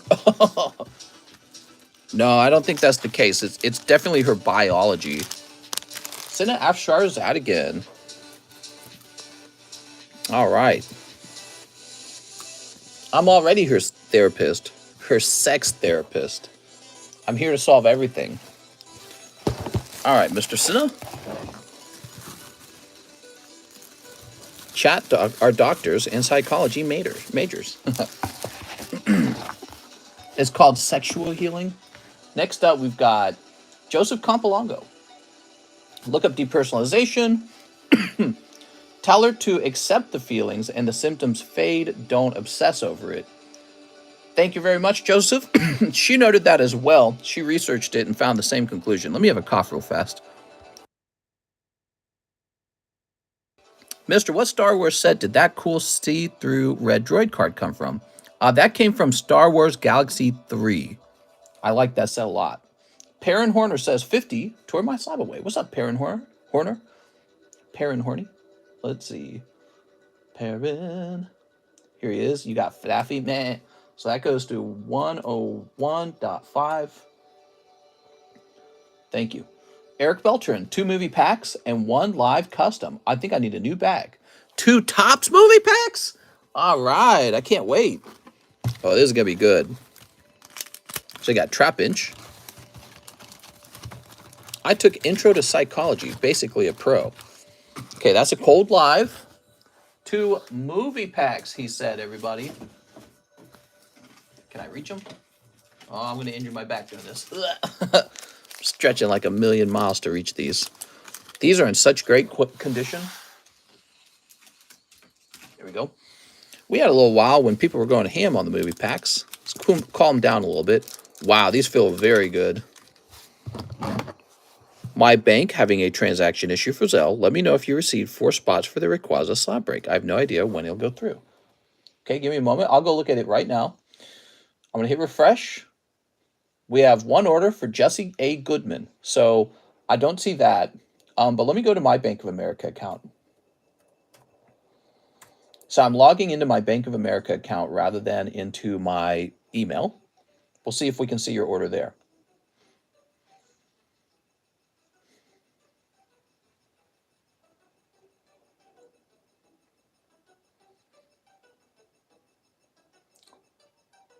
I'm looking. Oh, here we are. I see a $72 order. Was that the one? It says processing. Here we are. All right, let's go ahead and snip these.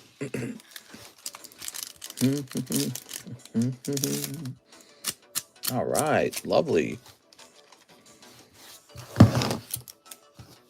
Here goes. Yeah, 2 spots, says Kevin Zhang. 2 spots. Did you mean 4 spots? Oh, no, not 4 spots, because that would add up to a higher number than just 72. All right, what do we got here? Bulbasaur's had too much weed. I like this one a lot. That's nice. So this the holo? Wow, look at this, guys. Wow, so clean, man. Holy. Oh, perfect. I might as well just open all those myself and just send them all out to grade. I mean, some of them are going to turn into 10s probably. At that rate. You got one of these as well. The one with the Jolteon in it. Whew. What are they doing? Making sweet love down by the fire. I want to make love to your woman. Pikachu looks like he's getting head. Oh. I didn't see it that way. Wow, get your minds out of the gutters. Holy cow, man. I did 2 transactions, but only meant to do 1. Let me know if it went through on accident. Thank you. Oh, okay. We are. We got Meowth times 2. Oh, what do we got back here? So that's a die cut. A little sticky on the die cut, so it's not going to come out like a 10. Still a really cool card. There we go.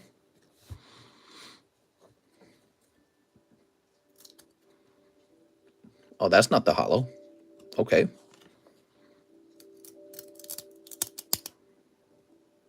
Ah, that's not the holo. Okay, that's good. So this Blastoise? Whoa, it's the last card in the pack? So weird. Rescuing Pikachu. There you are. It was the last card in the pack this time. Very unusual. Okay, you got Blastoise here. He got a little dot on his shoulder, it looks like. Cool, man. Well, I thought that was a pretty nice round. Okay. That was for our friend Eric Beltran. I think I need a new bag. Eric Beltran. Sounds good, Eric. Wells Fargo having a transaction issue. Oh, man. That sucks.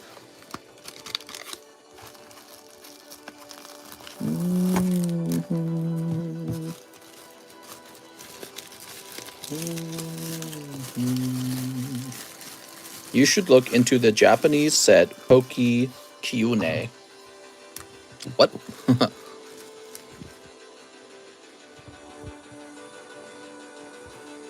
My tops, cardhouse and stickers, my weakness. Yes, nice set.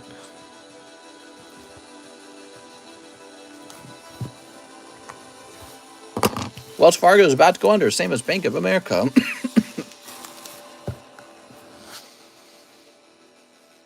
Joseph Haney, 10 Lost Abyss. You got it, Joseph Haney. All right, Joseph. It's actually called Poke-Cune.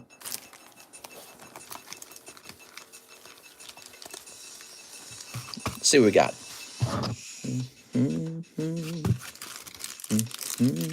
Wait, I didn't actually count those. Did I grab exactly 10? Oh my god, I grabbed exactly 10. I did count them, and my brain just didn't accept the idea that I got exactly the right number.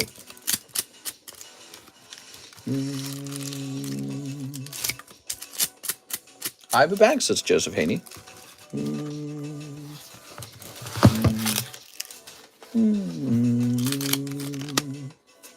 Sableye. Cold. Metagross.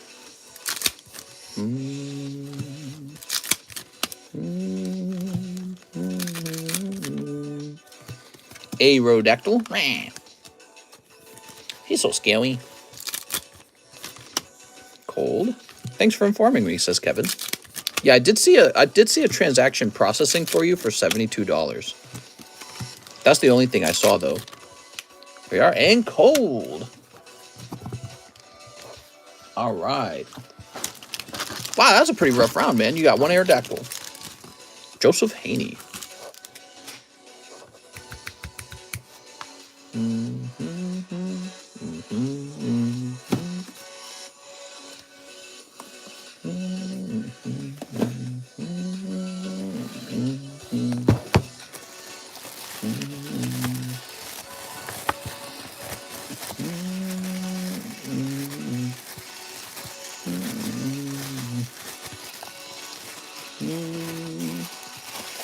Whoa! Coming back from a little break, huh, Joseph? Nice of you to pop on by. Let's see what was let's see what was in that bag. You got a very heavy bag. Oh.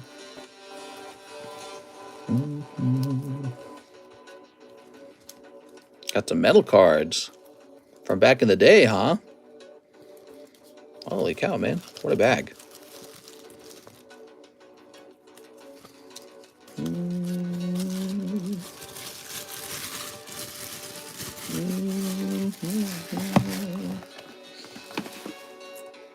Wait, did I not update the bag? Hold on. This needs to be updated. Joseph Haney, welcome back. There we go. Regilio Torres. I have a bag, one live custom. Okay. Ah, it's a cold one. Hold my breath.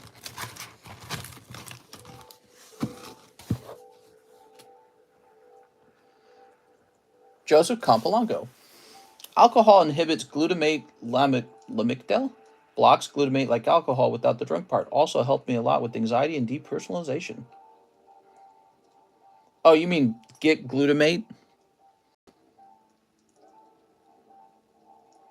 Oh, very interesting, man. Very interesting. All right, let's go check out that Jesse Goodman. Slab break Rayquaza. Okay, Jesse Goodman. Has anybody been keeping track how many spots we have left? There were only like 5 spots left.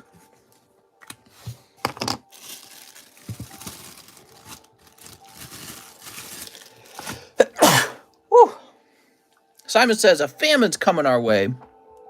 Nah, I don't feel it. I don't feel it. I feel like the economy's fine, actually. I was feeling more worried about the economy like in 2022. I don't actually feel that way in 2023. I feel like we made it through 2022. I actually feel more confident in the economy now than I did then. All right, so let's see.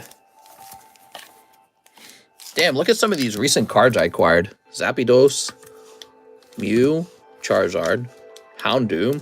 That was like 2,700. This Slowking for 710. One of these Gengar Mimikyus. Awesome.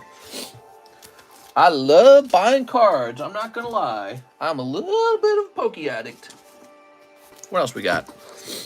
Dark Tyranitar, Reverse Houndoom, Dragonair, Dragonite, Kyogre, Flygon, Bulbasaur, this Gengar 9. Oh, wow, this Garchomp. Man, that's beautiful.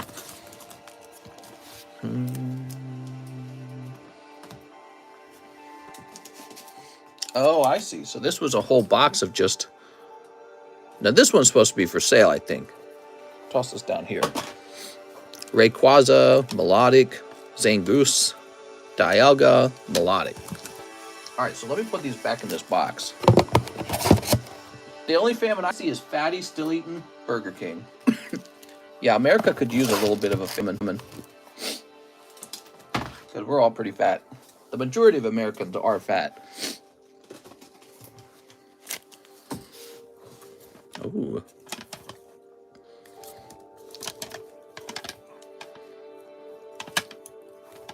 How about a giveaway on this Golbat? Isn't he cute? Get a little giveaway going. So, let's go to Nightbot, and we'll make the giveaway. Since we've been talking about weed, 420. Okay, that's the giveaway number, 420. All right, cool.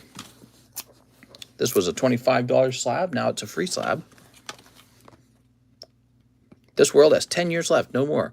If that's the case, I'm enjoying my Pokemon hobby. All right.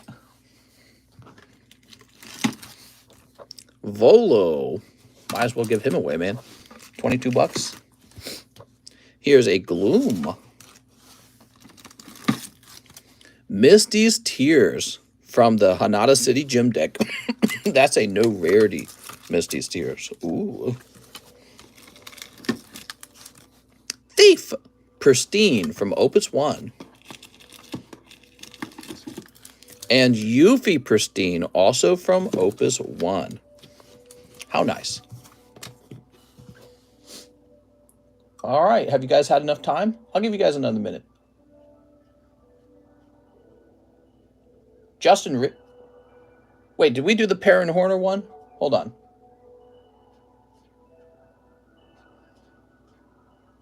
Joseph Haney had 10 Lost Abyss.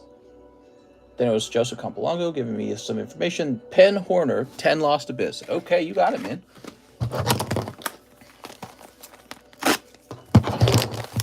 Get this one ready.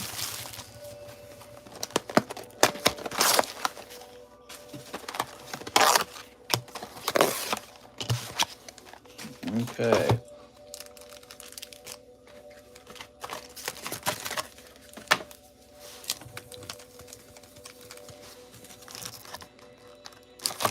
Okay, that's 10 packs there. Good luck. May you pull the evil worm. Those hits are mine. I don't know. You might have missed them.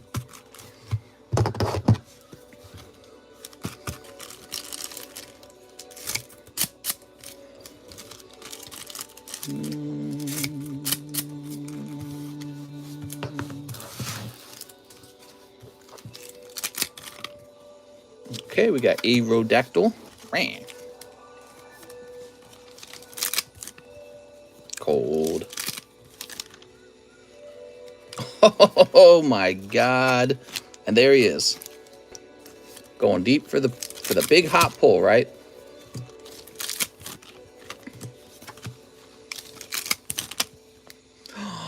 Oh, double hits. We like double hits. There we go. Very nice. Now we're much happier. Perrin Horner. I didn't expect that. Double hits. That's not so bad. Very good. Now the question is, did the double hit come out of the same box? We don't know. Perrin Horner. Peyton Van Winkle. I like that last name, Van Winkle. What a cool last name. I wish I had a name like Van Winkle. Sound like I come straight out of a German nursery tale.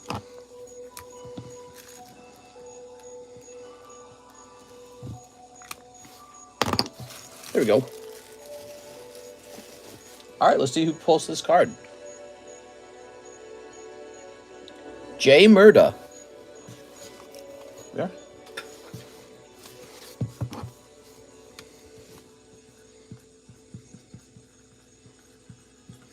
There you go.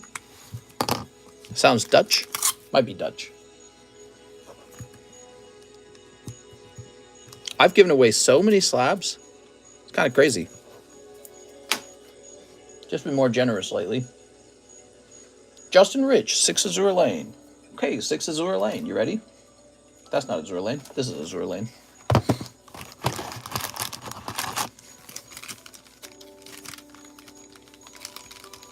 There you go. Thanks. Nice. That's J Murda.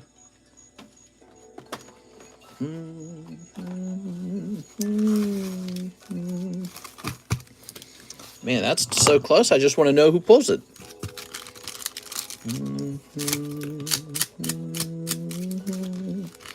I hate my life. Tell us all about it, 300 Glow. Why do you hate your life?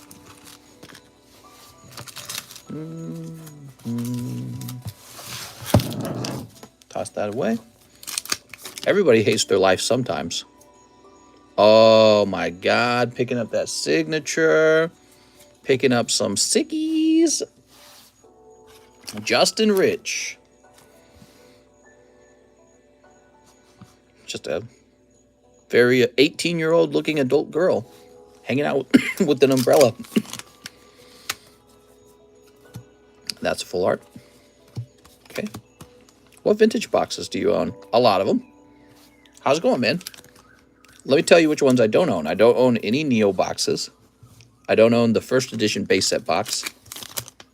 Yeah, I guess there's actually quite a few that I don't own. I kind of regret not buying them when they were cheaper, but back then they were considered expensive. Okay, that's a holo.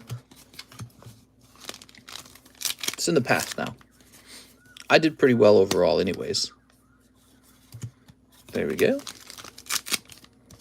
Japan trained and mobilized for a Chinese invasion for a while. The war in the Pacific is about to kick off again. Probably not.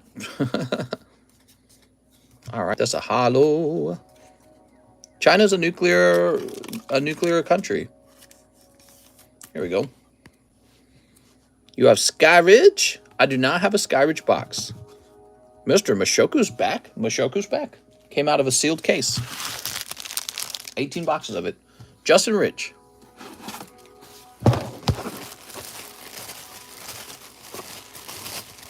Justin Rich. I have a bag, says Justin. You must be up top.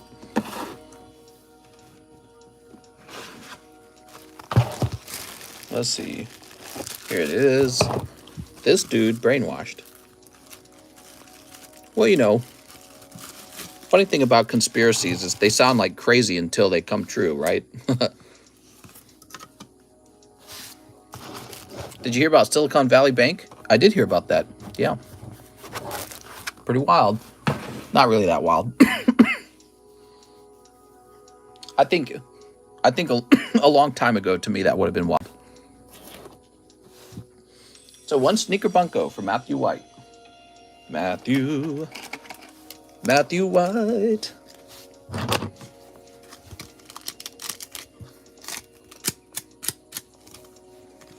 I just bought a Skyridge box topper.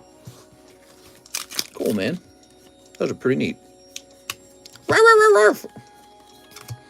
You'll notice this card's kind of not so common. Just don't run into the puppy dog girl too often. I might not have a bag, says Matthew White. You're not sure? You might not have a bag?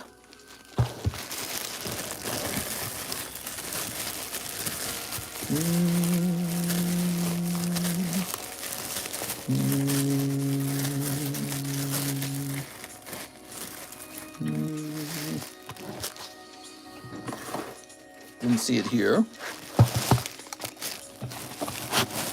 Marcus, Marco, Max.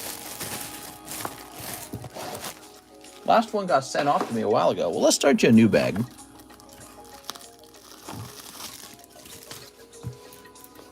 Konnichiwa. Simon says no war. There we go.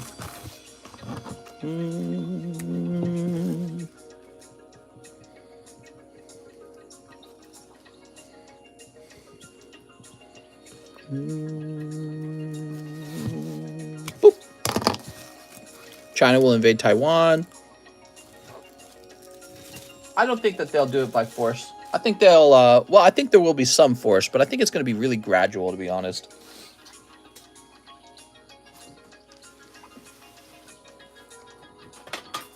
All right, let's see if we can add something new to the table. Here's a pristine booby girl.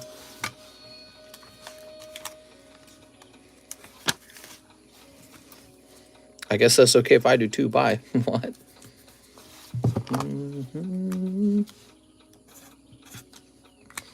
Okay, sexy and hot kitty cat girl. Just hanging out.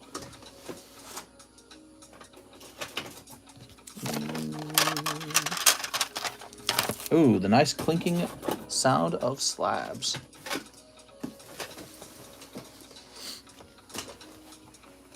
I have so many slabs that I don't have time to price them all.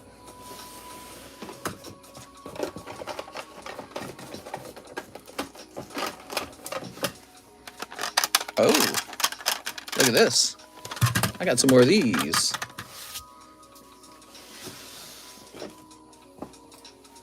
So I sent off a box to grade with CGC of Pokemon the movie. And virtually the whole thing came back 8 and 9. It's just how it is.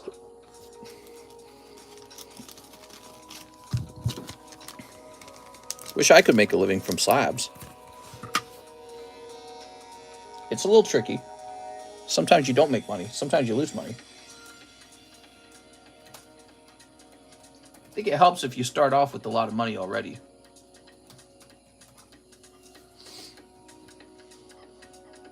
Well, nothing to compare this to. Join Mister's webinar and find out how.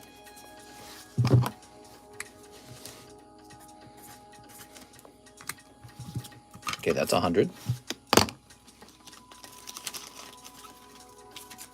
We need some more sleeves. I'll be right back. What's your most priced slab? Maybe the Dragonite Error. I'm not sure, actually.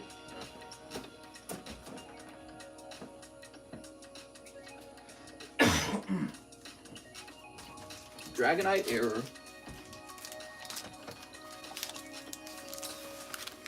All right.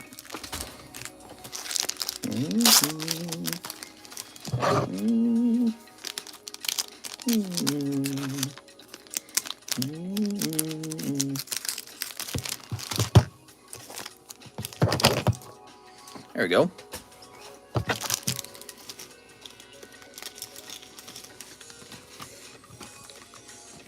Did you hear Mexico is being invited to BRICS, the communist NATO? Communist NATO. Oh! They should join them. Here we are. See what happens. There we go. Maybe they could be treated nicer. It's good to have two boyfriends fighting after you, you know what I mean? The Philippines did that too, didn't they?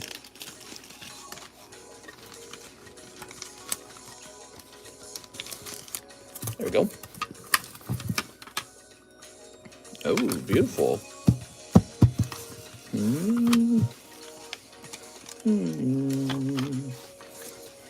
Maybe stop buying into the Evolving Skies, guys. I think it's probably full. If you want, if there's no more spots left, I can just open you a pack of Evolving Skies. Maybe you'll pull one. I don't know.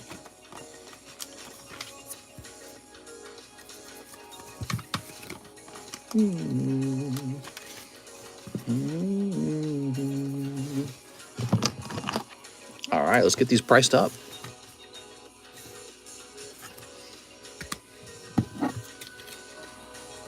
Cool.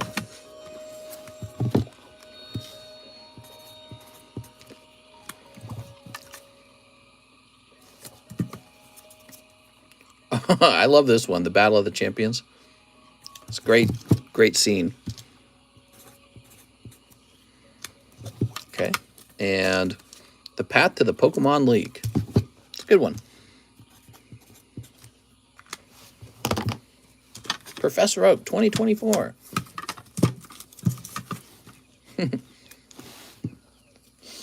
Cool. So we got some fresh slabs up there. Joseph Campolongo. He says 2 tops Pokemon movie. Damn.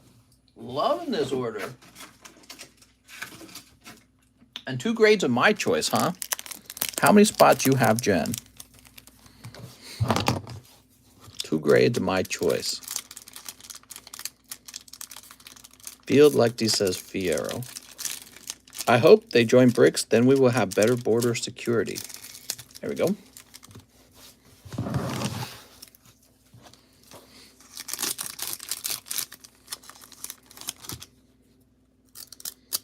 Here's a Leaving the Nest.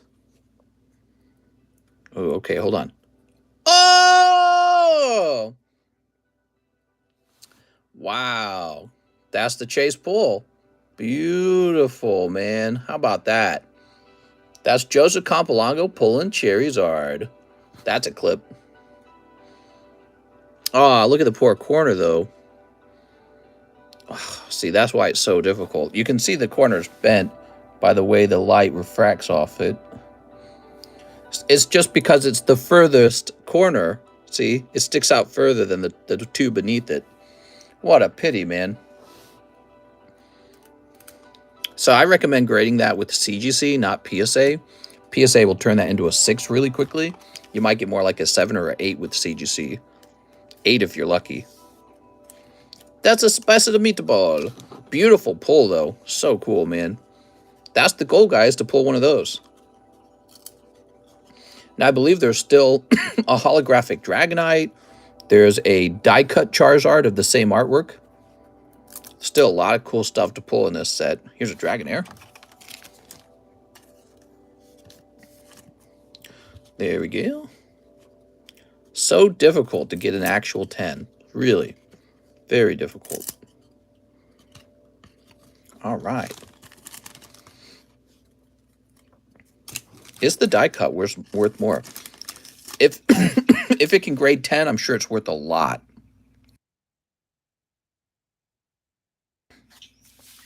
All right. So how about pack number 2, though?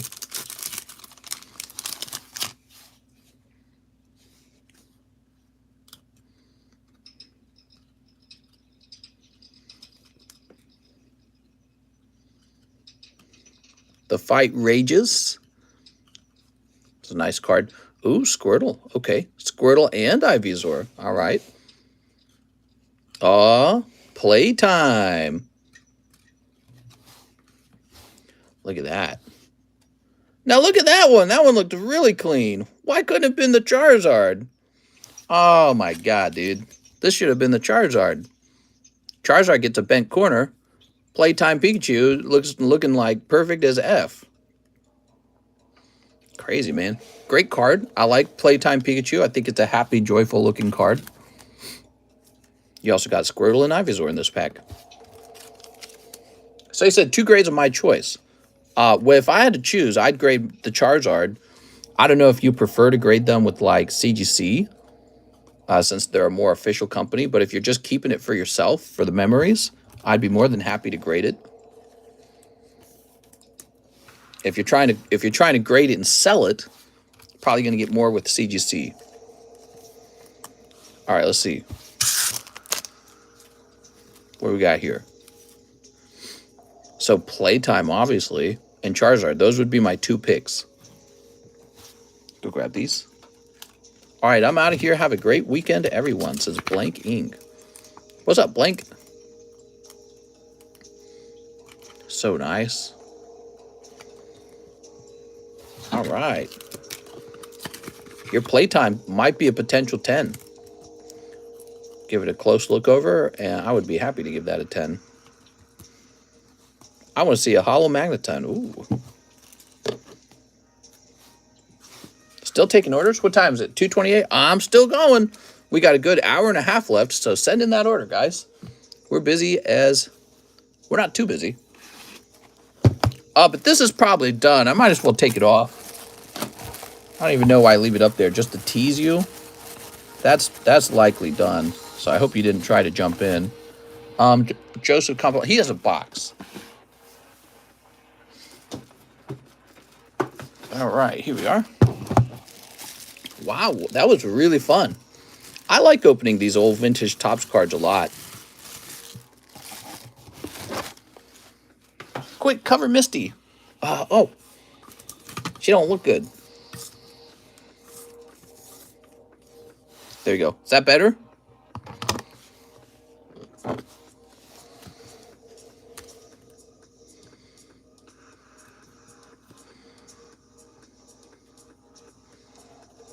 Wait, did I actually clip this? I'm not sure if I clipped this. So Mike's side, he pulled this and we'd like to clip it. There we go.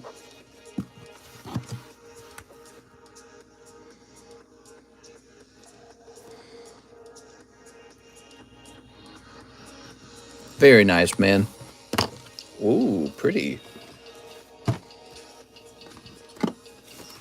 Love this music that's playing.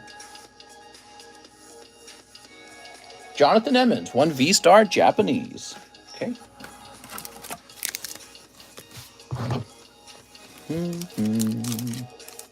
Sneak.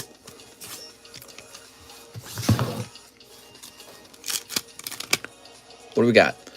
Zero Aura. That's for Jonathan Emmons.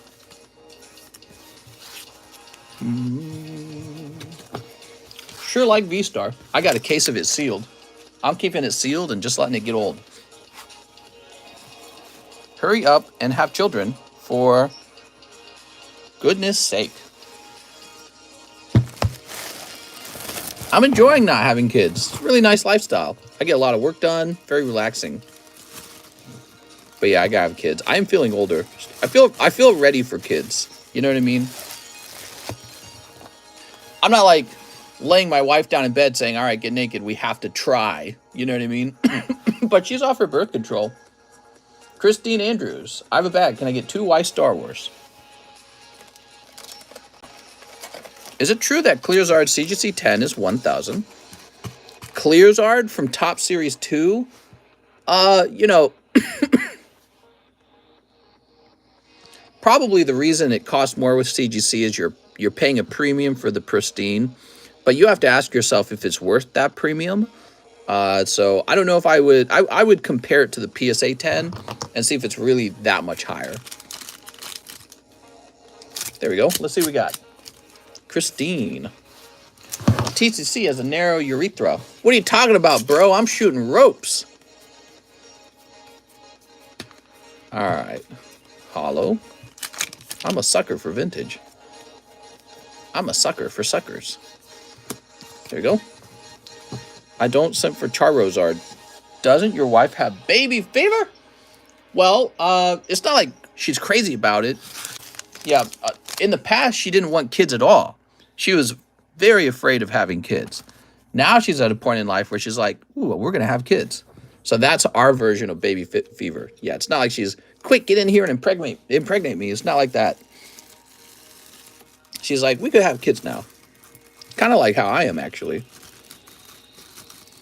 There we go. Christine. Roger Gray, 2 Star Wars Galaxy 3. So where did those go? They're way over here. Did the break already go off? Not yet. Stick around, not yet. It's got like 1 or 2 spots left. Nobody's claimed them. Quick, get the turkey baster. We joked about that, actually. So we get that turkey baster system going. Here we go. All right.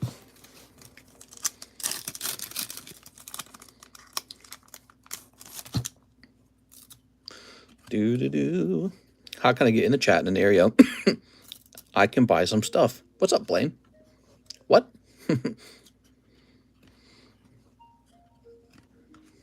All right. Lovely cards. I liked them. You probably got a first day. Oh, your first day production card was actually the Leia card. Very good. Can you count how many left? Just let it soak. More, says Marshall. No kids equals more money. Just as long as I have kids before I die.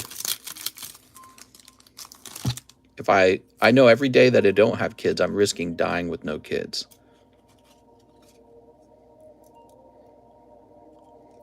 I made it this far. Here we are. Rawr. There we go. I'm enchanted.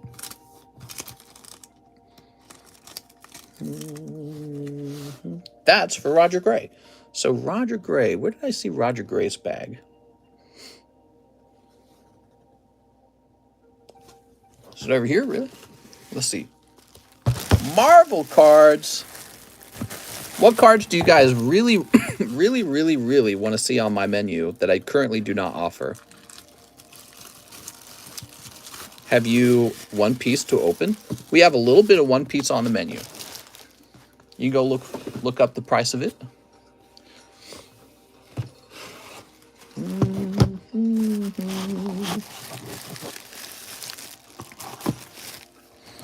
I want kids, but only way I'd be able to do that is through adoption.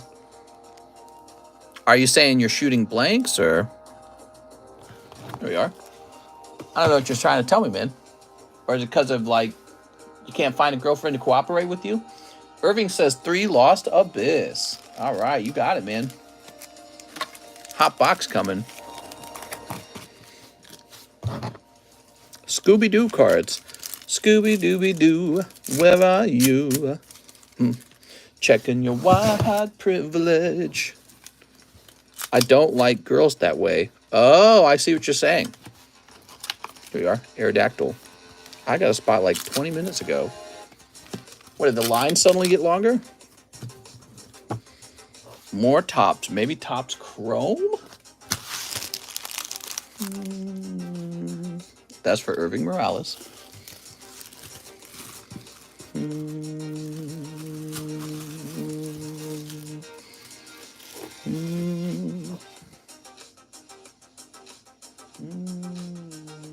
Okay, we're checking Zelle now.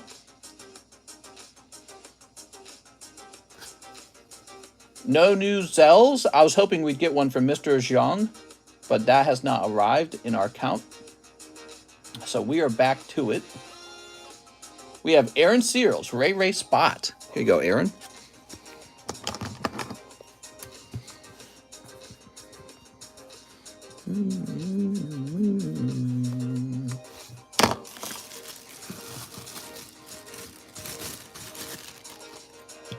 One, two, three, 4, 5, 6, 7, 8, 9, 10.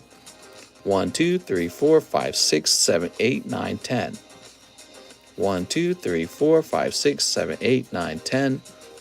1, 2, 3, 4, 5, 6, 7, 8, 9, 10. 1, 2, 3, 4, 5, 6, 7, 8, 9, 10. So that's 50. 53. 2 spots remain. 2 spots. Mister, you have Viagra ads. Viagra. That's interesting because our group, our primary group, is in their 30s. Yes. You guys having a little pee-pee problem? You want to talk about it? Here's Kangaskhan. Here's... Oops. Okay, there's a Topps card for 20 bucks. Here's Success. Blastoise, PSA 6 first edition, 1.2 thousand. That's a special card. Mister, we need English One Piece, says Jeff Leon. Yeah. The original set, is that why you're saying that? Which set are you talking about? Dude, it's bonkers overpriced. I don't feel like it's worth it. That scares me to acquire. All right, so Aaron's done. Joseph Campolongo, I'll take UFI for 25 Opus 1. Okay, I think you're talking about one of these. Yuffie. You're talking about Yuffie.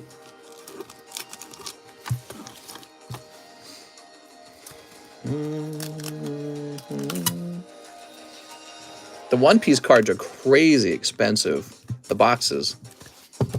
That scares me a lot. Scares me that they won't sell and that a reprint will destroy their current value. There you go, Mr. Joseph. Ryan Searles, One Sweet Bay Ray Break. Okay.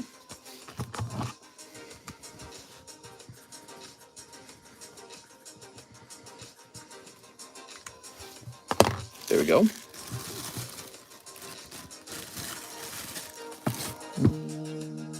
The English.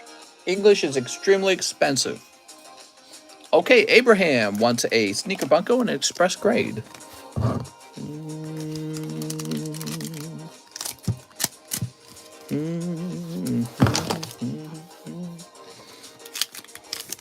What we got? Boobies, booty, hollow, booty cheeks, hollow. One Express Grade, huh? Hanging boobies, girls, it is. Mr. I bought the last spot, says Mr. Hathim. Mr. Hathim, it has to go to whoever bought it first, so I got to make sure they get it, okay? Might be you. Okay, that's for Abraham. Abraham.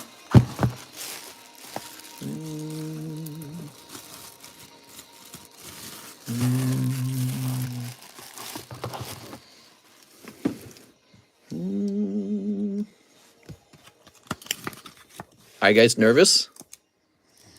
You're the man of the house. You know you're ready for kids. Just keep it in her. Oh my God, Simon. Then and we'll because she has to take care. What? What are you talking about, Simon? Simon, you're making it all creepy and weird. Abraham. G. It's not a ritual, man. There we go. Abraham. Abraham. Oops, hold on. We need to add the E for Express. There we go. Oh, let me put it another way. It's not a religious act for me. You know what I mean? It's not a religious kind of thing. It's almost the other way around. It's like an animal thing to me. You can grade my Charizard. I'm starting to get more followers on eBay. I can sell it, says Joseph Campolongo. Very cool, man. I'm going to keep it, though. $5 tip for pulling the Zard. Sweet! I really appreciate it, man. Simon, go to jail. You guys are funny. Jeff wants a Mashoku. Where's the Mashokus? Oh, here they are. He's trying to help you have a baby, mister. If you have kids, no more live stream, probably. One Scarlet. Okay, one Scarlet. Here we are. It's just going to be a casual and relaxing thing. There's no pressure for us to have a kid. That's how we feel. We're just enjoying life. Maybe by the time she reaches 30 years old, maybe then there'll be a lot of pressure. You know what I mean? Here we are. But she's only 27. So she's 6 years younger than I am. And I don't feel like a ton of pressure to have lots of kids necessarily. Jeff Leon. Okay, Jeff, you got your box over here.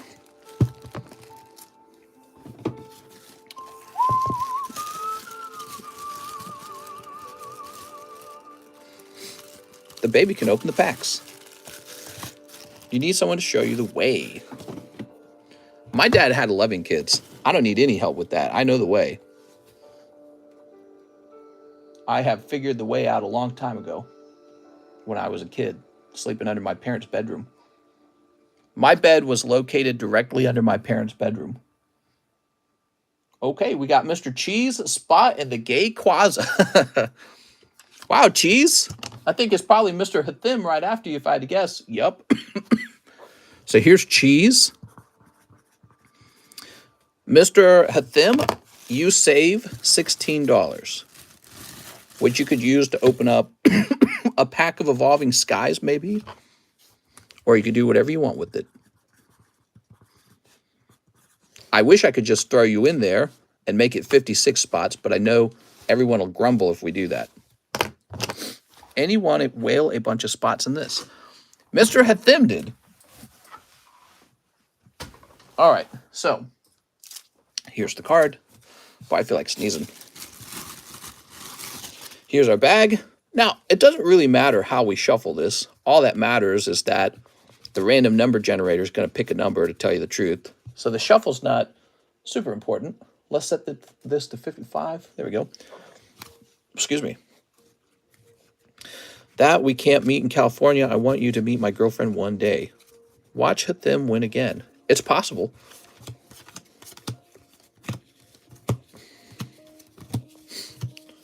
It's rigged.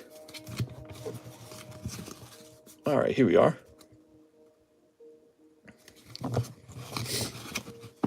Yeah, all that really matters is the computer's number. This doesn't really matter all that much. If Hathim wins, I quit. Calling rigged before winner even picked. It's wigged! I'll let you guys pick a number too. How about that? So somebody in the crowd pick a number for me to split the deck by.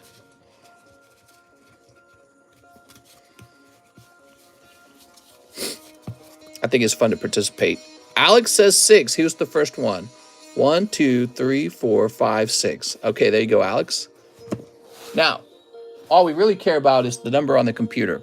I'm going to click the button 3 times. The third number is the winning number. 1, 2, 3. The winning number is 37. That means spot 38 picks up the win, right? Because we removed 37 cards. Spot 38 picks up the win. That's how it works.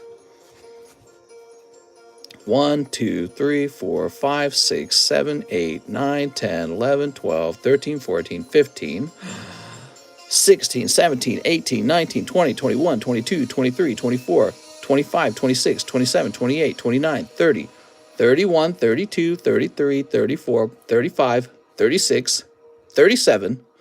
So this is the guy who missed. Jesse A. Goodman missed. And this is the other guy who missed.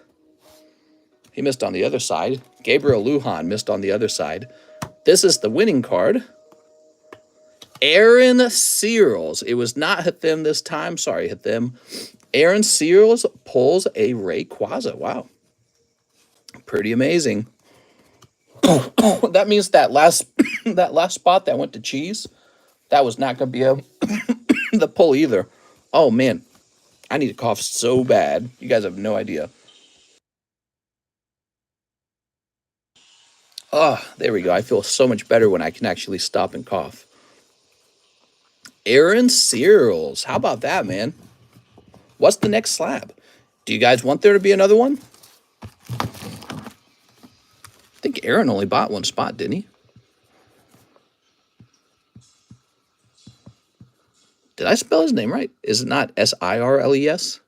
I hope that's right. All right. Aaron isn't here. Recount. Now do some slab breaks on tag team 10s. Well, we've mostly just been focusing on breaking the most popular modern cards.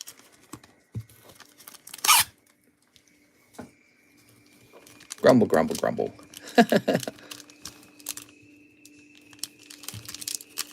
There we go. Wow, man. You should charge extra for all the germs. Yeah, I think I will.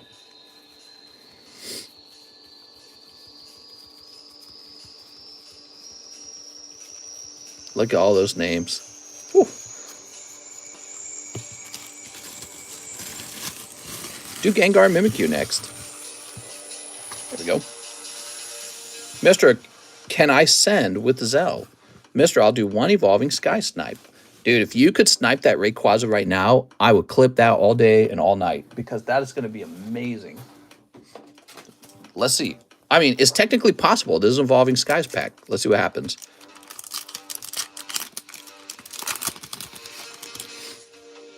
All right. Whoa, Floor Jazz. I'm sorry, hit them. Not the hit. I never would have won. Well, if it had rolled a larger number, you know, if the computer had rolled a larger number, you would have won. Sorry, Mr. Hit Them.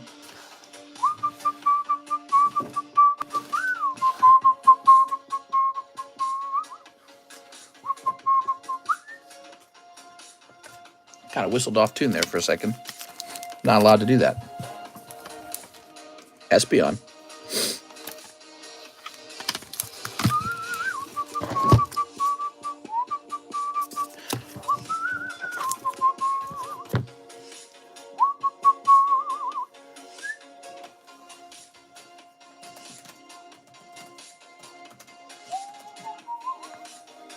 You know, the problem with whistling to this song is you don't know what tune you're supposed to follow.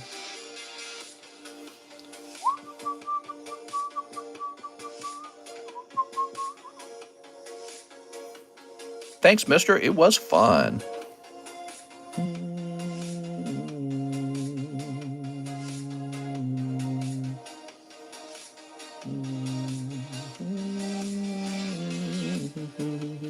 I like the adrenaline it gives you.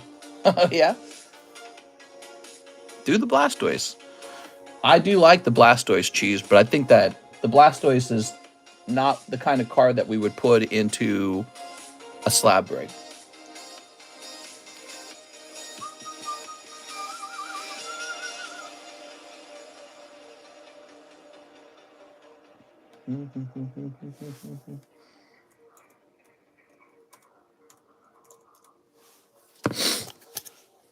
So here's Espeon. I was thinking about doing Espeon next.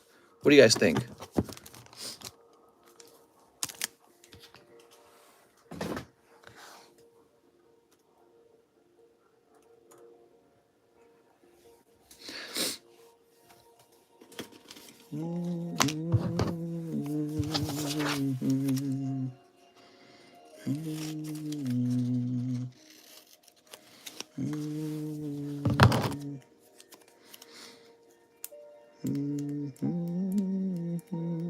We watched the final movie of The Hobbit.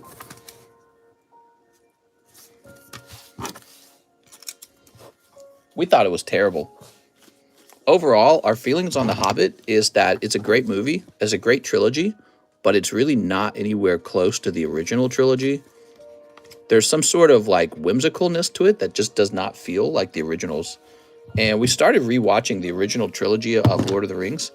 What we noticed right away, the orcs are depicted as almost like otherworldly demons with no personality. They're just pure evil. And somehow that makes them a lot more effective as a bad guy. Being depicted as a bad guy, you know what I mean? Okay.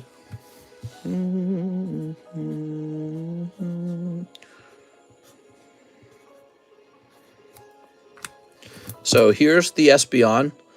Your odds are 1 in 36, so that's like a booster box, and it's $16 a spot.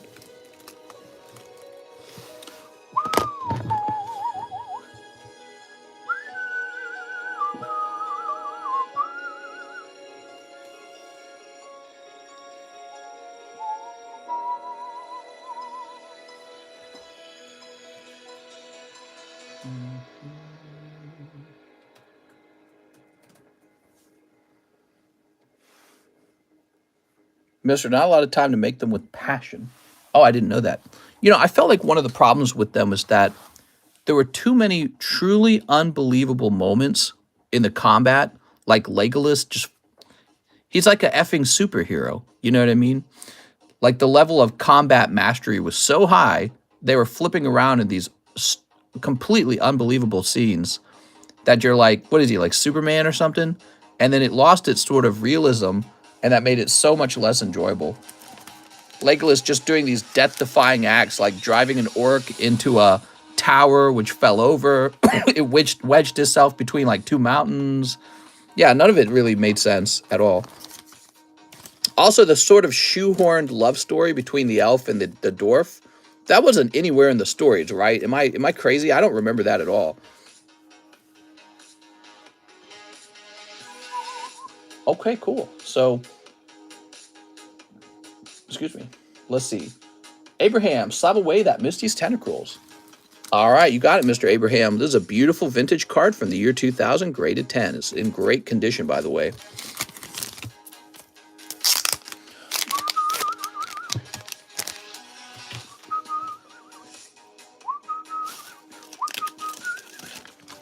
Here we are.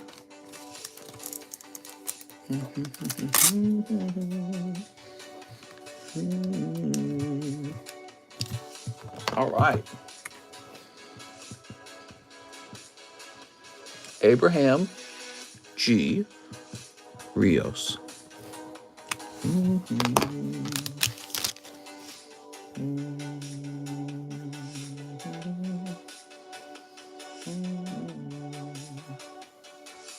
This is going to go right here. It's going to say March Abraham G. Rios. PSA 10 first. Misty's Tentacruel. $500. Then it comes down to $480. All right, you're all set up. Cool, man. That's 2 Slab-AWAYs tonight. You guys want to see the 2 Slab-AWAYs from tonight? These 2 Slab-AWAYs. Guess I can remove this too.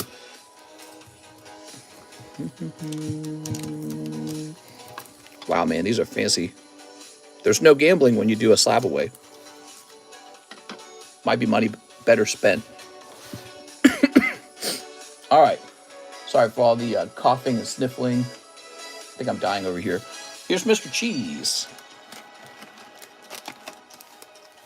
Mr. I sent a payment through Zelle. Sounds good. Sounds good. Let's get these orders taken care of. Any slabs from Ancient Origins? I do happen to have slabs from Ancient Origins. Whoa, you got a lot there, Cheese. Whoa, Cheese, you got like all sneaky, bunky booby girls here. There you go. I miss Live PD. Isn't it still around? Is Live PD truly gone?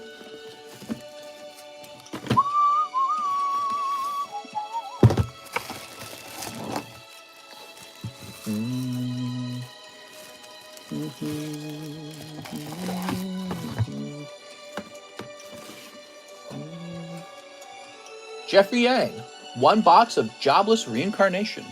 Okay, Mr. Jeffrey, you got it. 5 sneaker packs. I have a bag. Get comfy. It's a big order, guys. All right. They canceled Live PD during the BLM riots when the anti-police movement was going hard.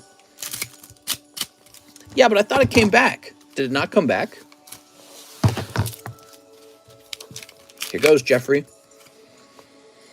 George Floyd is basically to blame for no more Live PD. Here we are. So that's pack number 1. There we go.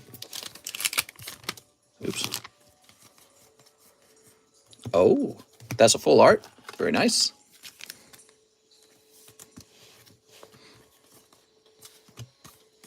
Okay, she's licking her boyfriend's tit. I don't know about that. Not really my thing. Sideways booby girl. How about that? Cops is back on Fox Nation. What you gonna do? Cops is such a successful TV show. I feel like I learned so much about law enforcement through Cops. I think it's a great show. Tells you what not to do, like overreacting, freaking out, trying to run away. Better to stay calm and wait for your day in court. You know what I mean? Why resist and add more charges to your already long list of charges? What you gonna do? What you gonna do when they come for you? It got canceled then too. Have you got a PSA 9 Pikachu reverse foil from Evolutions as mine's been damaged due to weird weather like snow in the spring? I've got a very interesting Seal DOS Pikachu graded 9 by BGS. Jeffrey Yang, those were your sneaky cards where you can sneak a glance at some boobage. Set that to the side. Now he's opening up a whole box of this. Good luck, Jeffrey. Mr. Jeffrey.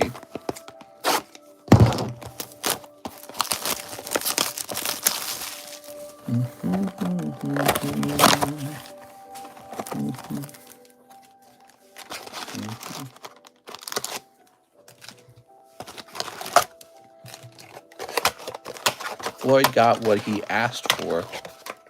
Nah, man. I don't like that they killed him. That was really awful. There we go. It was unnecessary. He's a human being, you know. He died that day. He didn't have to die that day. Maybe he had heart problems or preconditions and stuff like that, but it's a tragedy is what it is. People have really mixed emotions about it because of all of the riots that occurred afterwards, which the riots were wrong. But at the end of the day, cops should find a way to handle people without triggering a heart attack. Here we are. That's what killed him, Suzuki, no? He shouldn't have done meth and fentanyl. Yeah, but I agree with you on that. It's just that if somebody throws you to the ground and kneels on you, you might have a panic attack or your anxiety might shoot up. Your heart starts racing, and that's going to trigger the heart attack. That's kind of how it works. So it's like, you're right. He shouldn't have a bad heart. He shouldn't do things that give you a bad heart. But it's like, people are going to have bad hearts. That's just a fact. People are going to have bad hearts. And cops are going to deal especially with people who are high. That's primarily their job, is just dealing with people who are high on drugs. You got to be able to deal with them without triggering a heart attack. That's my opinion. I think it's the right opinion. Here we are. Let's see. He ate the whole baggie. He had done the same stunt in a previous arrest. I think the cop killed him. I don't think the cop killed him either. So a lot of people think that the cop was like choking him out on purpose. I see the cop using like a knee move. The truth is, if you watch a lot of cop footage, a lot of cops seem to use the same move. They put a knee on you, on your upper chest, by your shoulder, your neck, and your head. And it's like, it's a detaining move. And you see them use it in like, you know, UFC as well. They do stuff like that. It's just like a way to lock you down. But, you know, I think that cops need to be retrained not to trigger heart attacks. It's as simple as that. You know what I mean? It's like, I get that he's high. I get that he's on drugs. I get all that. But who do you think cops are going to deal with? They're going to deal with people who are high on drugs. And that doesn't mean that every single time they run into a person with drugs that they got to give them a heart attack. There's got to be ways to detain people without triggering a heart attack. Here we are. All right. Cops need better training. Not only do they need better training, I think maybe they need like new strategies, basically. You know, like maybe they need new tools or new strategies for detaining someone so that they don't kneel on them and trigger a heart attack. People on drugs are a different breed, mister. Yeah, I don't disagree with that. I'm just saying he's a human being. He's not just a political object. You know, he died that day. Somebody died that day. Couldn't it have been done in some way where he didn't die? You know, take your emotions out of the equation for a second. Take your emotions out and take your political beliefs out for a split second.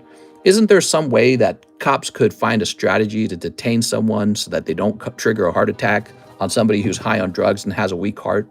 Probably. And this is why United States cops are looked at as being kind of vicious, because other countries kind of already figured that out, and they have methods of detaining people that don't typically trigger heart attacks. But we're just rougher in the United States, and it doesn't have to be that way.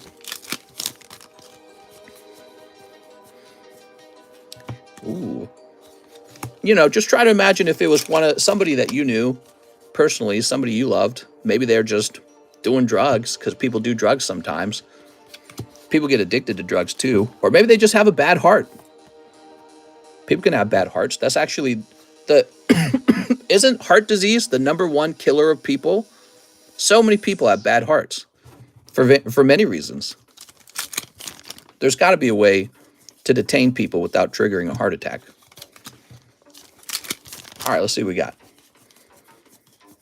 You might have a bad heart one day, even if you don't do drugs. Actually, statistically, you're likely to have a bad heart someday. If a heart attack doesn't kill you, cancer will. So you're going to have a heart attack someday. If you're going to be in a confrontation with the cops, I know you'll probably, you know, not fight with them. So that's the problem. You don't recommend anyone to fight with the cops. But let's say the cops are in a scenario where they're with somebody who's resisting. Maybe there should be methods to detain them so that you don't have to like trigger a heart attack. I don't know. It should be analyzed and the smartest method should be used. That's all. Jeffrey Yang. So you pull a In the Sunlight Rudius. Hey, he's not a sexy waifu. I doubt that, Ricardo, but keep up the cope. Look where we are now. Cops don't arrest anyone. Is that really true? I think they still arrest people. Do they? And they barely get charged, and then they get let go. So that's not true where I live. You still get in trouble where I live. Some places that are more democratic and progressivist, they enacted new laws where you kind of get a slap on the wrist, even if you did a lot of theft. Vote for, politicians that will put an end to that. Those are your politicians. You can vote to stop that. Jeffrey Yang.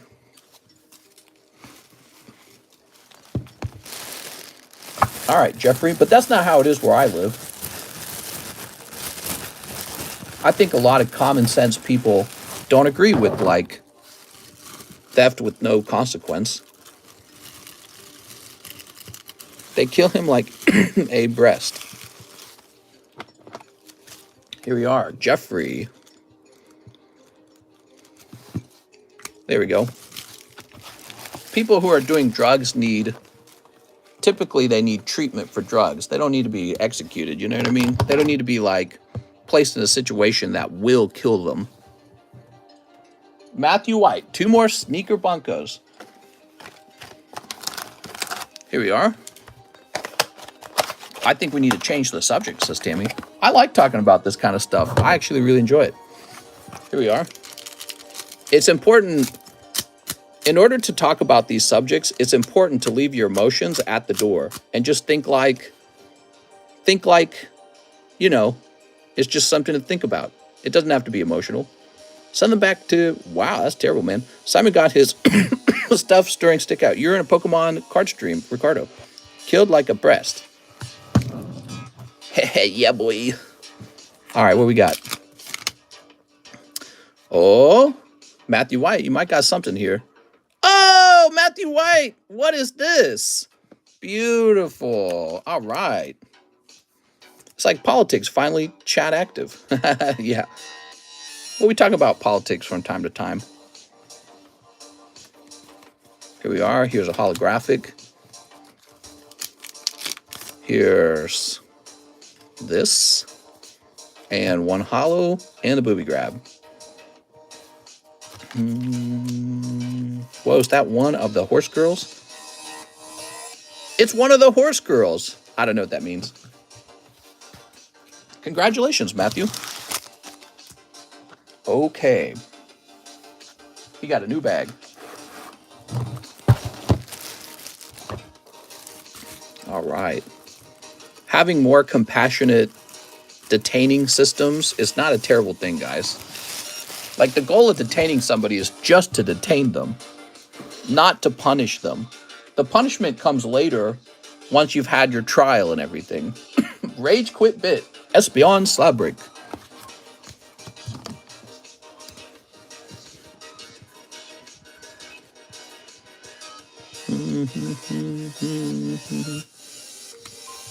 There we go.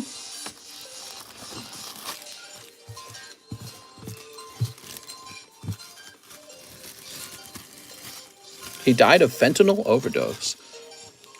I think he did die because he had a bad heart that was caused from too many drugs. But I also think that kneeling on him is what triggered the heart attack from having a bad heart. You know what I mean? You shouldn't kneel on a guy's chest if he has a bad heart. Ryan Searles. Mr. Ryan, if he has a bad heart and you kneel on his chest and make it hard for him to breathe, and he goes into kind of like panic mode, you might trigger a heart attack. You know? Damn, that sign card is $187. WEISS signature cards are no joke. Yeah, they go for money, man. Tracy Wells. Hey, Mr. Espeon. You got it, Tracy.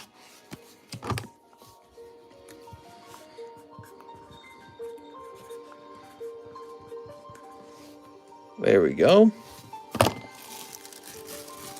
One Lost Abyss. All right. One Lost Abyss. There we go.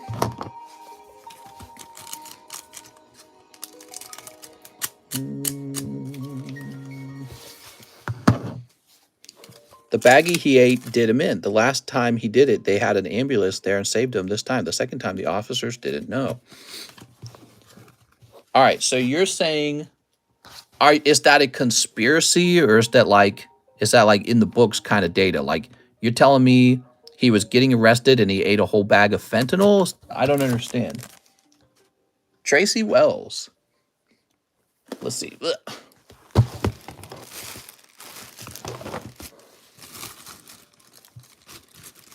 Here we are.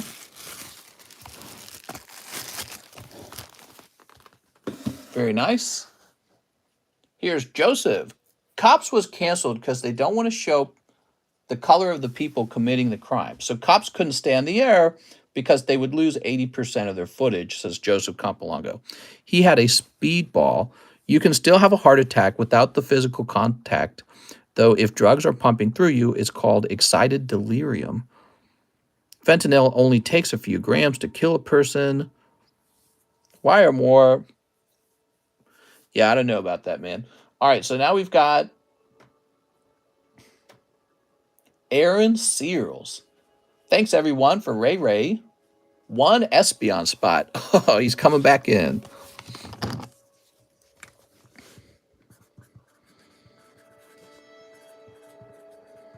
There we go.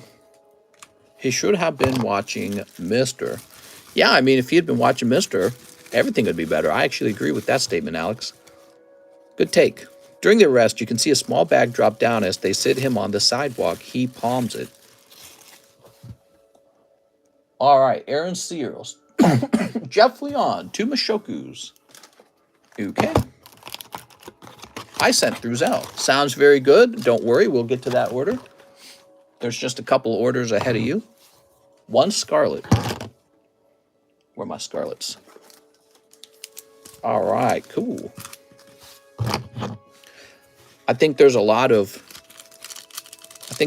anger and hatred, especially around race, and it's too bad that we don't get along better. Here we are. What people don't get is what Mr. is saying, no matter who the person is, high or not, death is not the answer. Right, so detaining is not supposed to be a kind of punishment. It's just supposed to be a physically effective way of detaining a person. So if the methods we're using put people with bad hearts at risk, maybe we should use a different system or like invent a new strategy. All right, let's see what we got. Whoa. One of the reasons I was thinking about this subject recently, actually, is because I was learning about, it's not just George Floyd.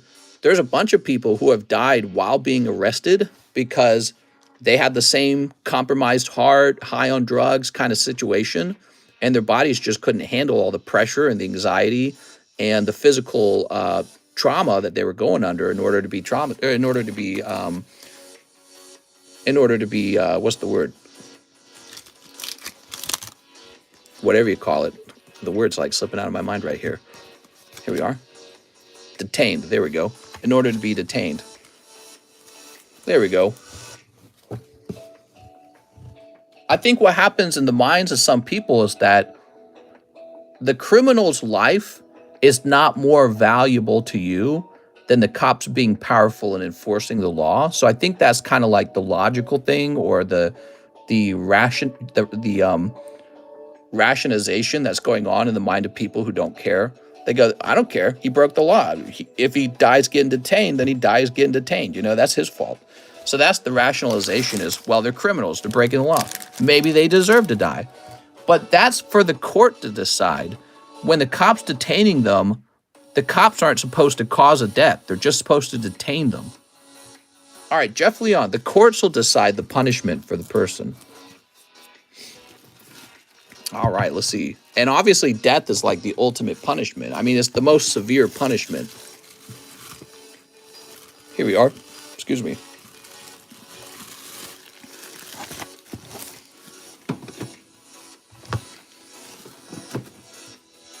So let's see what's next. We're going to check these Zelle orders. Whoa, a lot of Zelle orders sneaking up all of a sudden. Kevin Ayan, 4 Lost Abyss. You got it, man. Don't be sensitive about the truth. Oh, man. Here we are. Tammy says it's not the truth. Steep. All right, let's see what we got. Here's Rotom. How many counts does that guy have? But isn't death a massive cop-out? I don't know what you mean by that. You mean like the person wanted to die? I doubt in most cases, not all, but most cases, that the person wanted to die in that at that point. Here we are. They say stuff like, get off of me, I can't breathe. And actually, the symptom of not being able to breathe, that's not a lung problem. That's actually heart failure. Your heart stops pumping oxygen through your body, so it feels like you can't breathe. Kevin Ayan, Mr. Kevin. I'm starting my first trend cycle tomorrow. Wish me luck. Good luck. All right, so let's see. Kevin Ayan.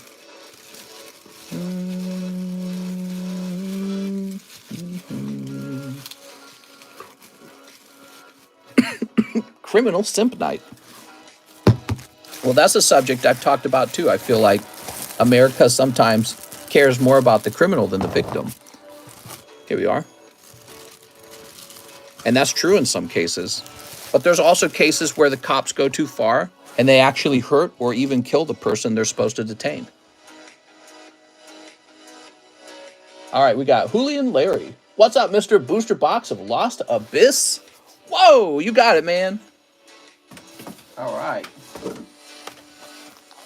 One booster. I'm saying boot the judge and let cops be the punisher. It would make America more entertaining. Here we are. Put that over there. A lot of judges were cops, I think. And becoming a judge is like further down the road for your career. There we go.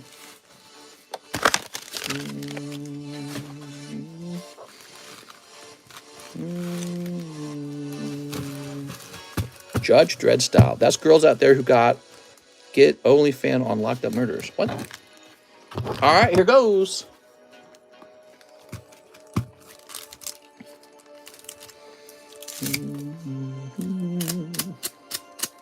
Have you ever been arrested? I've been in trouble for speeding, but I've never actually been arrested, no. That's because I don't break the rules. For selling all these juicy pokey deals. Oh, good question. I've evaded the law so far. You're funny, man.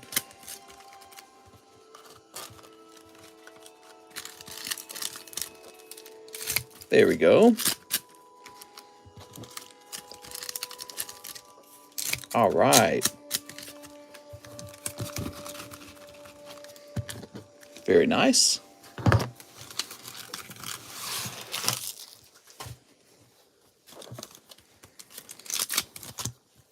All right, we got a cold pack. This is for Julian Larry. Cold. The cartel members who killed those Americans broke cartel protocol. Oops. Cold.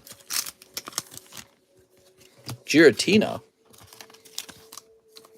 What store would you rob first if we went full purge mode? The gun store. Hello, sir. We're here to check on, because I'm thinking about the long term. Why do you have so many Charizards, sir? Now, politics next, says Alex. Alex likes the political debates. Some people come to this channel because we'll talk about politics openly. I think it's really important when you talk about politics to be open-minded, to be calm, don't let your emotions get in too much, and talk about where your thoughts and feelings kind of come from, you know? Have an exchange of ideas. Don't just express anger and frustration, but like, you know, try to actually have some deeper, meaningful conversation. You know what I mean? AOC will run against Biden next year. I don't think she will. I think if AOC runs for president, she'll wait till she's older. I could be wrong, though. Here we are. Here's Crocodile. Cold. Here's Pidgeot. I think a lot of the time, one of the mistakes for Republicans is they lack compassion for other people. Republicans, I think sometimes they're that way because they are dealing with a lot of scarcity in their life, and it makes them more vicious, maybe. And so that's a difficulty for them, to be compassionate when no one's really being compassionate toward them. That's how it feels when you're dealing with poverty. Ooh, look at this. Beautiful, man. Julian Larry with the snipe. There we go. Beautiful. Cold. I think that Democrats also have mishandled Republicans by making Republicans feel ostracized and making Republicans feel like they're the enemy, actually. So this is one of the damaging features of our politics over the last 16 or 24 years. Politics feel like we got some sledgehammers and let's hammer each other until one side wins over the other, rather than, oh, we're all one nation together, we're all one big family. It doesn't feel like that anymore. It really feels like it's a scarcity pie, and you have to fight tooth and nail to get your side. You know, you have to fight tooth and nail to get your slice. So, you know, if Republicans have paranoia and they have a natural fear of the worst case scenarios, Democrats don't really help with that. They actually just maybe stoke it more. They're like, oh yeah, we're actually trying to do the thing you fear the most, which is to have disorder, to have chaos, to have crime, to have a financial collapse, right? So they don't help with that because they don't talk in those ways. They don't talk like, we want things to be orderly and nice too. But the truth is, everyone wants orderliness and niceness, I think. All right, beautiful. CNN and Fox News are the biggest issue. I don't know if I necessarily agree with that. I think it's the people themselves. Julian Larry and the news stations, which work on an algorithm, just reflect what you want to hear. Do you think Michelle Obama would run for president? I think there's a risk of it. I say a risk. Here we are. I'm not a fan of Michelle Obama. I wouldn't like her to run. Can you still recite the Pledge of Allegiance? I was homeschooled and never had to recite the Pledge of Allegiance. But my family, my dad was in the Navy, and they were very patriotic. But yeah, we never did the Pledge of Allegiance. Name a Democratic policy that has worked the last 5 years. Risk of it, Mr. Gonna get canceled. Michelle Obama ain't trying to go through all that again. I want Joe Biden to run again and win. Yeah, who knows, man? Who knows what the future holds? Here's Jose Mendez. SLAB-AWAY payment for versus Charizard. You got it, Mr. Jose Mendez.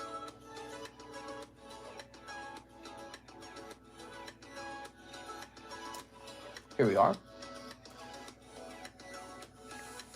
All right.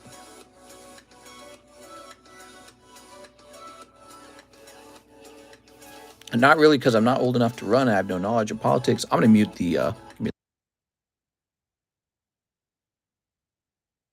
I think the world will be owned by robots. If Biden is reelected, I will actually be an election denier. Fox News has Democrats on their network too. Andrea Chavez. Espeon Vmax. You got it, Andrea.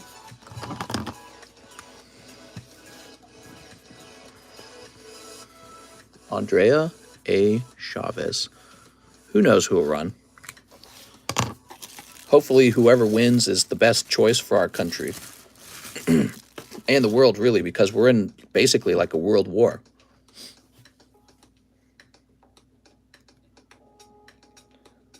All right, we have Mr. Lance Nagel, one snipe spot for the Espeon. I bet AI will run. Yeah, that'll be interesting. AI providing arguments for either party. Scary stuff, man. All right. I think they're making a South Park episode about AI. Oh, did that already come out? Maybe that already came out. Jeff Leon, two Mashokus. You got it, Jeff. I know what you're talking about, Wrath. I've seen those. Those are hilarious. Bets on when World War III starts? I feel like We're in World War III. This is it. We're already in it. A lot of people are dead, and it's being fought in a lot of ways that are not violent.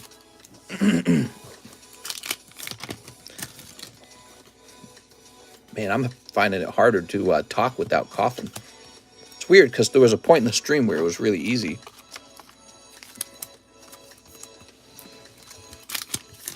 All right, Jeff. Jeff pulls a hollow. I have base at back. Here we are. Nice busy night tonight, huh? Real busy. Jen is in the shower.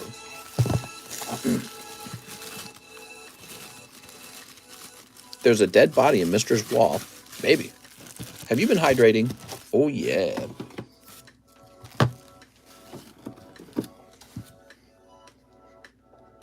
Lance Weiss, 1 Dragon Maid. Hey, Dragon Maid.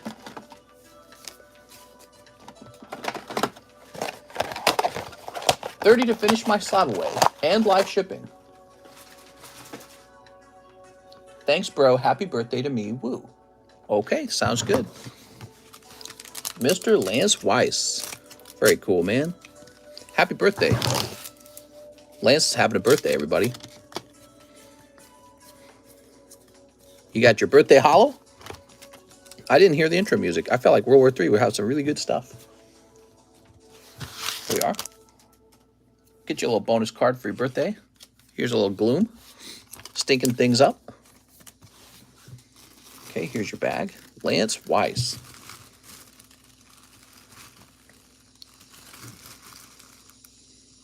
What do I think of BGS? I think I think BGS is just as popular as ever. BGS is fine. All right, Lance. I'll make that label and then I'll go find her slab.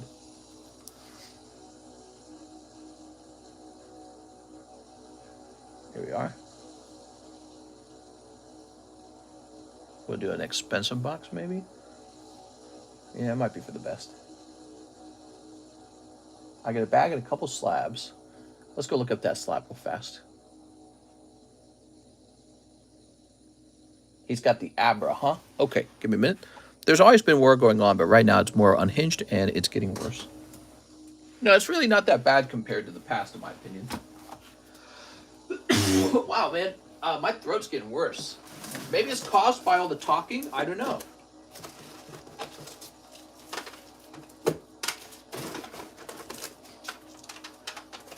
Let's see. It is getting much worse feeling.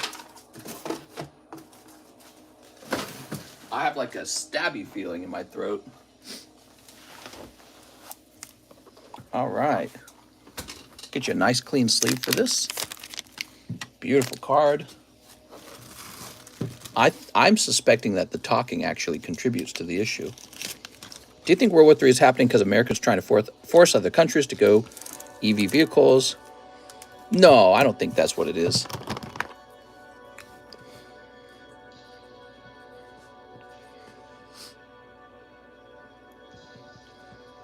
I think Putin's getting pretty old, and he felt like having a war. I think that's what's really going on. He said, you know what? Let's have a war and make Russia bigger and stronger. There we go. I don't know if that's going so well for him. Go ahead and remove this now. And let's jump back here and print that label. Yeah, it might not be going the way he planned it. Putin is dying. He's pretty old. When you're that old, you could die from all kinds of things. And maybe he just feels like, hey, you know, I want Russia to be bigger and I want to have the USSR back. You know what I mean? It could just be as simple as that. All right, very nice.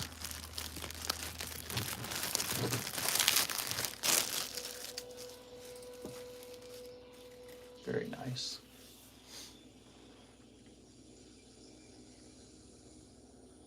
We have Ryan Engel, 1 Espeon slab break. I remember the USSR. I'm too young for that. But that actually wasn't that long ago. I thought that was like old history. It really isn't. For Putin, that is part of his history, his life, you know. He probably would like to put the USSR back together.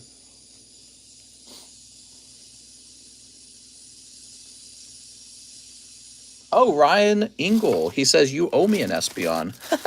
That's great. Hold on. Oh, right here. There it is. Oh, man. It's a good thing you reminded me about that, Ryan, because I very quickly forgot. That's how it works. It says Vmax plus shipping. Okay, so give me a moment.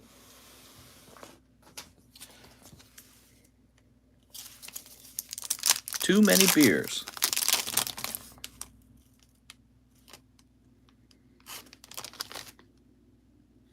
All right, have no fear. We have a Espeon for you right here. That's for Ryan Ingle. Very nice. Ryan won this in a previous slab break. Isn't that funny, guys? That's why I had 2 of them. How's it going, David?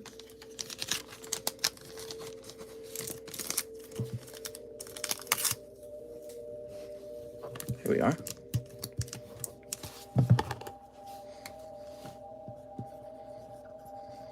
Ryan Ingle.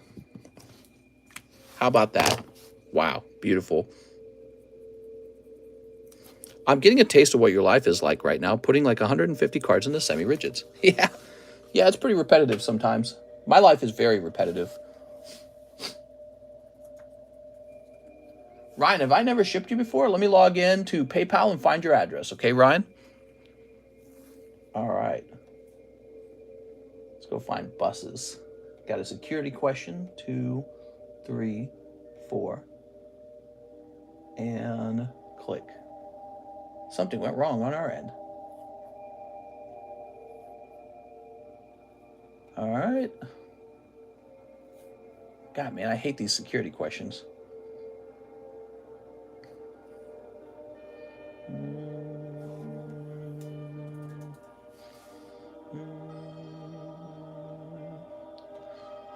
All right. Oh, Ryan, this is an international shipment. Okay. And that's why you didn't pop up. So give me a second. Maybe we have shipped you before. Ryan, did you need to pay shipping for this? Or did you already do that? I'm assuming you maybe already did that. Is he talking, by the way? Waiting for baseball game. I'm the New Zealander. Do you have some other stuff for me to ship? How big of a bag do I need? Man's a hypocrite, on God. All this anti-LGBTQ stuff is effing stupid. Just let people be who they want. He says I did pay. All right, sounds good. Ryan Ingle. It's something that is really difficult. There's some controversy to it, I would say. Here we are. You have a bag here. Small bag, 2 cards. I think some of the biggest controversy is kind of like, it's in the schools. Like, how do you want your kids raised? And do you want your kids to question their gender? Do you want them having homosexual sex or questioning their gender and considering like puberty blockers or considering like a sex change operation? That's pretty huge, right? Like, I'm against that one, actually. I don't think people should cut their healthy genitals off in any scenario. I guess adults can do it. You could do whatever you cut your tongue in half and cut your wiener off.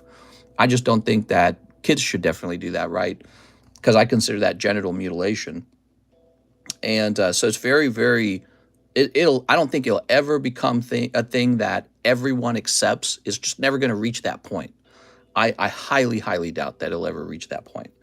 But, I think that over time, people are going to accept all, different sexual points of views and lifestyles and stuff like that. But I feel like we almost need to develop a whole new language around it. But you know how that goes. It just doesn't go very well. All right. Jesus hurts kids. He wants the foreskins. If you don't get your wiener clipped, you can get dick cheese. Right. Here we are. So I'm against circumcision as well. So that's very consistent with my position on the subject. I don't like any genital mutilation. I think it's bad. Babies should have to be adults before they clip their wieners so that they can consent to it. All right, let's see. They should have to be adults first. I think a lot of consenting adults, a lot of adults would not agree to have their pee-pee clipped. Most of them would be like, it's fine, why would I clip it? They would go, that part's good, why would I clip that? So, and we did that because of religion. That's a religious thing to do. Here we are. All right. It's a fascinating thing because it kind of shows you, for some reason, adults are really into changing the genitals of kids. I don't know why, but we have a real fascination with changing the genitals of children. That's what circumcision is. Yeah, I'm going to cut my son's pee-pee. I don't know, man. And there's there's female genital mutilation too that gets practiced in some places for religious reasons. Except I hear that's really bad. Elaine Sonko, I'll take 2 spots in the Espeon break. You got it, man. Mr. Elaine has agreed to lose his money. So adults, one thing is definitely true. Adults really are very interested with genital mutilation. I think if you have healthy genitals, just leave them alone. Let them be, you know? Your body is so complicated. Let it be healthy. Let your body be natural. There we go.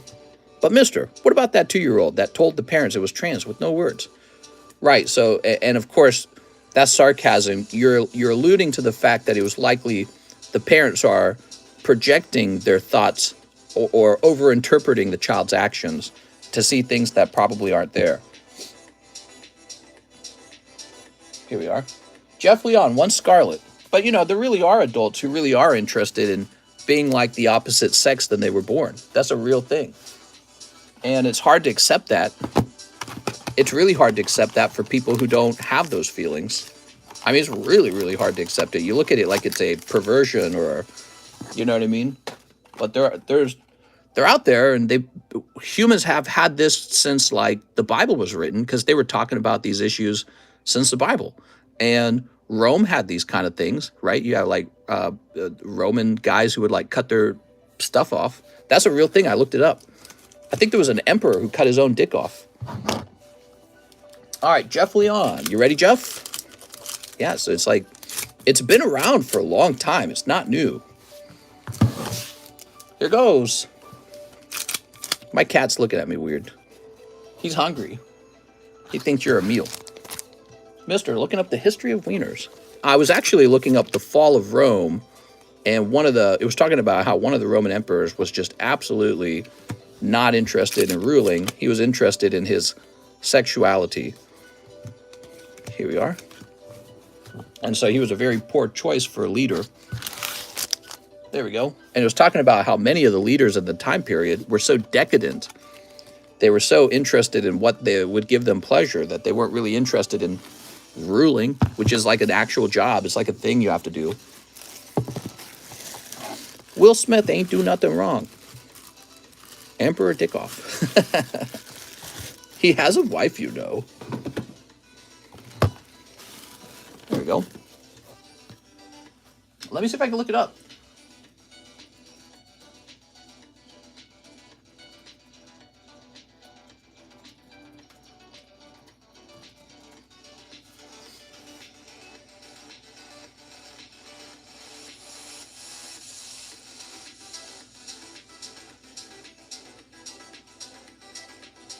Wow, it's like, it's naming a bunch of them, actually.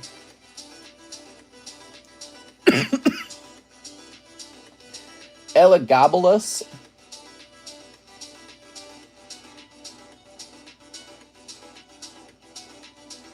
When the Roman Emperor Nero's wife died, he found a boy who looked like her, removed the boy's testicles, and then had him appear in public as his wife.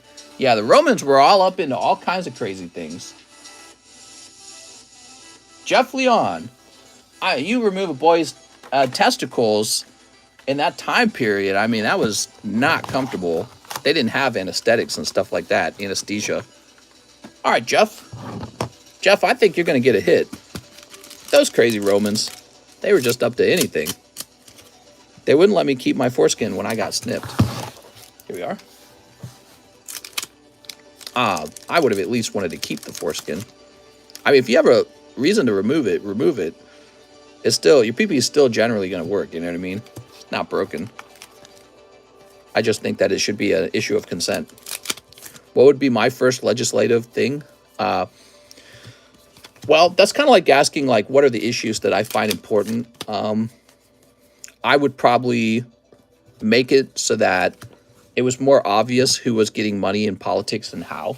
So it's taken me a long time to agree on this position, but I actually agree with the position that we need to remove money from politics. So I feel like one of my earliest decrees as Emperor of America is that politicians would no longer be allowed to receive too much money from anyone ever. So you have to run on a limited amount of money, and it won't be much. And so you're going to max out that amount pretty quickly, and then you just have to play the game with the money that you have. And any money you spend after that is considered cheating. You're not allowed to cheat the game. So that would be one. And then, yeah, there's a lot of various, we could go subject by subject.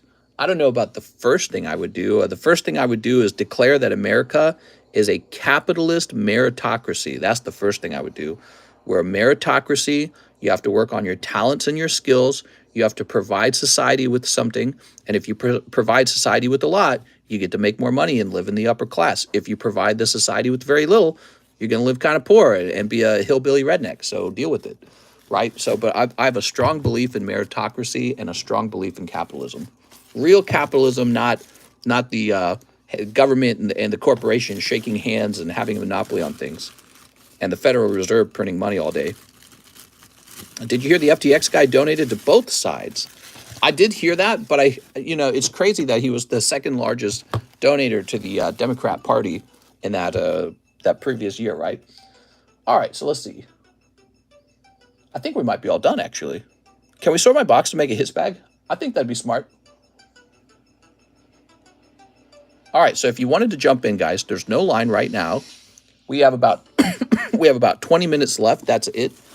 20 minutes left together. Do you think you could do things you would want to do without any pushback as president? Well, I wouldn't be president. I would be TheCardconomist. All right. I would actually make it easier for people to migrate to the United States, believe it or not. I'd make it a lot easier. But I think that it would be based on your talents. So I would want to tell the world, are you talented? Do you want to live in America? Get your asses over here. All talented people should just move in immediately. So people from all over the world would move in if I was president. And it would be like a talent contest or like a hiring contest at a business. We would hire people all day long, especially if they were talented. If I was the king of America, probably my second move would be I would take all the socialists and be like, do you like being a citizen of the United States? We don't do socialism, so you'll have to consider going to a socialist country to do your socialism in. So that would be my second move, is I'd be looking to crush the socialists and the communists right away. So we would let all of the talented people in. They wouldn't have to fight for the citizenship. It would just be very fast. There would be no waiting time. There's no line. I mean, they would have like an American history course and an English course so everyone can speak well to each other. But if you were somebody who believed in socialism and communism, I'd be like, no, we don't really do that over here. We do more of the capitalism over here. We do the meritocracy over here. You can go to a country that does do communism. They exist. You could do a country that does do socialism, like in Europe. They exist. So just head over there and do, the socialism with them. Maybe that's what we would do, is we would group everyone up and ship them off to Sweden. We'd group everyone off. We'd send them to one of the countries that takes all your tax money. So we would want the country to be a really strict capitalist society and a meritocracy. Here we are. And I think that when you have too many people who don't contribute anything, but they're very angry and they want all the money for free, it really actually puts a very large drain on your country. And so if you could just fix that part, your country could really take off at that point. I think if you could bring in all the people who are super competitive and talented, it's the same deal. Your country would just like, it would definitely just take off. Your country would be so powerful so quickly. That's the goal of every country, in my opinion, is to filter people. You want all of the talented people in, and anyone who is just sort of taking money out of the system, you want to say, why don't you head over there to the socialist countries? They love socialism and you do too. So why don't you go be with them? Of course, that doesn't work. The socialist countries that espouse socialism and talk about how great it is, they actually can't afford to do that. They can't actually afford for all the socialists in the world to go to them because they'd go bankrupt like instantly. The socialists, they need talented people. They need heavy producers to create the surplus that pays for the socialism. That's how socialism is able to afford anything. There we are. All right. I think one thing I would do if I was king, I would get rid of the Federal Reserve like instantly. There'd be no more printing of money at all. No more fake inflation, handing money to the government. It would be more cut and dry how the government gets its money. It would tax you. But at least you know that your purchasing power isn't being secretly manipulated with money printing. So the money printing is a different kind of taxation. It's a draining of your purchasing power, and you can't see it happen, so you don't realize you're being taxed at higher and higher rates over time. It's like a continuous tax every time they print your money up. Every time they hit that debt ceiling and they say, well, we'll just raise it. It's not a problem. You're paying for that. Here we are. Here, mister, you can have these free tickets to a cruise ship. It's called the Titanic. I wish my family owned the Federal Reserve.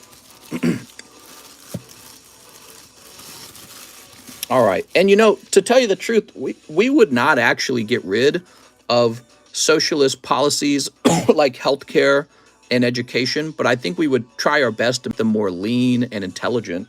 Because I think you have things the government does do really well, like roads, military, and that might include some healthcare and it might include some education. So I think our system is already not that bad. I just think that there's little things that are bad for us, and usually a couple things are really bad for us. When a special interest group is too involved in politics, they have too much sway, and the rules are written for them. So that's the first problem. That could be billionaires and corporations, lobbyists who hide maybe dangerous chemicals or pollution in their product, and you just can't ever seem to remove it. Well, yeah, because they lobby the politicians not to remove it. But that's kind of already answered by one of the things I said earlier. I would remove all money from politics. No more getting paid by lobbyists. It's not a thing anymore. No more campaign contributions. It's not a real thing anymore. Jeff Leon. Wait, I already did that one. Hold on, let me refresh. All right, guys, I'll call no more orders here. So, Cody Rogers. I haven't been here in a while. I was going to see if you could ship my bag. All right, let's go looking for Cody Rogers. Mr. Cody. I think Social Security is a good thing. Let's see, Cody. How about all Hispanics and blacks? I don't know why you got to say that kind of stuff, man. It's just sad. Here's Kobe. That sounds like an insecurity you have. There's enough women in the world for everyone, man. But women aren't going to want some scabby, angry guy who's pissed off and insecure. That's the truth. That's why they say you sound insecure, because it does sound insecure. Here we are. Being angry at other races doesn't make you sound more attractive to anyone. All right, Cody Rogers. Cody, I didn't see your bag. Maybe it's over here. Mister, it was a joke. Oh, it didn't sound like a joke. You sounded like that guy with the fake account. There was that guy with the fake account coming in saying some really rude stuff. Let's see. Sounded more like that. I'm checking it over here, Cody, just in case. No, I don't think we're gonna. How old was your stuff? Was it like exactly 1 year ago? You probably still have your slab, though. I would never, says Superman. I'm sorry, Superman. I didn't mean to get so salty at you. So let's see. I'm going to log in and look for Cody Rogers.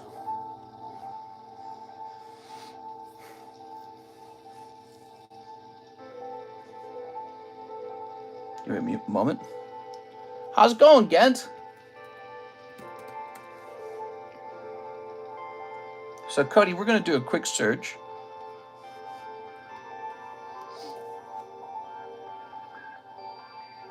If it's past the 1 year mark, it's probably been repoed is the problem. No, it says you were here as recently as October.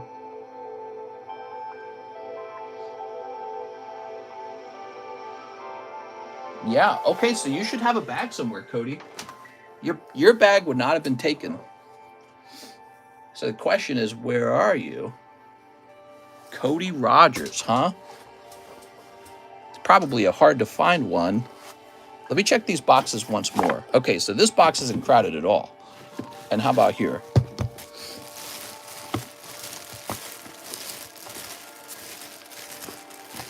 Your bag should not be missing, Cody. And yet it's not here, huh?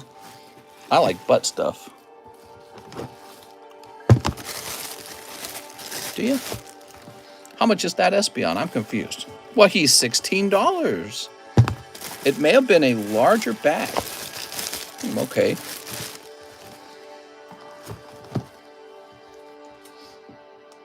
If it is on the table, it is absolutely buried. Let me check the CH overflow box, even though it shouldn't be in here. Let me just check, just to be sure. Chris. Okay. Definitely Chris. The buzz is a fascinating area on the human body. I'm dying. So, it's not there. How about down here?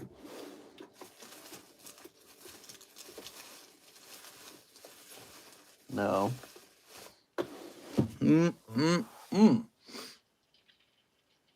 So, Cody, I believe your bag's still here somewhere.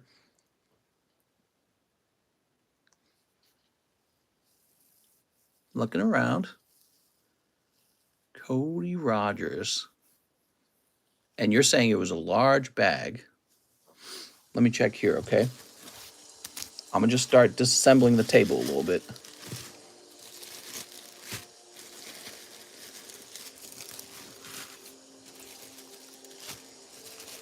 That's Jennifer, Aaron Rodriguez, Andres Ramirez, Thomas Yonan, Simon Frank, Matt Leon, Simon Frank. Simon Frank has a bag here. Coelho Jimenez, JDN. Yeah, I don't know, man. Very interesting. But your bag's not a year old, so I would not have taken it. So maybe I put it up top in a weird place. Let me look there, guys. I'm sorry for this. I think Mr. Call, no more orders. No more orders. Rayo openings. Anthony Ravy.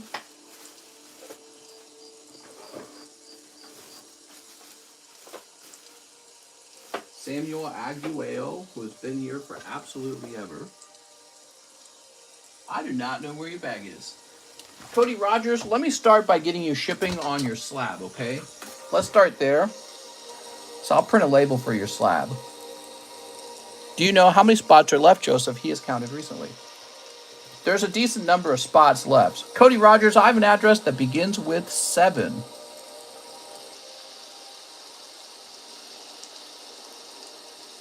Okay, we're going to print that out.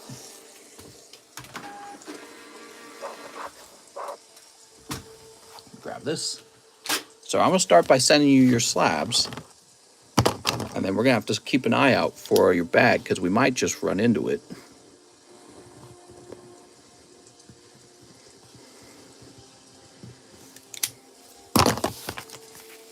I might realize something. Sometimes that happens, like, oh yeah, we put them over here.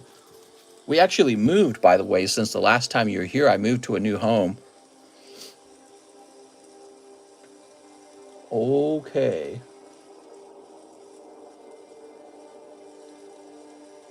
So we got a few orders. Christine Andrews, 2 more WEISS Star Wars. You got it, Christine. Mr. Was no lives bought today? A couple lives were bought. Hey, look at this. I don't feel like coughing right now. So weird, because I was coughing really bad earlier.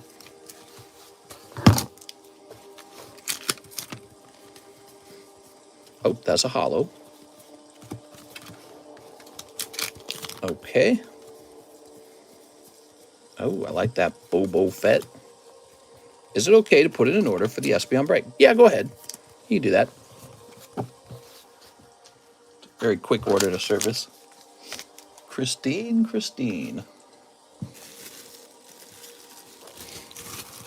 There we go.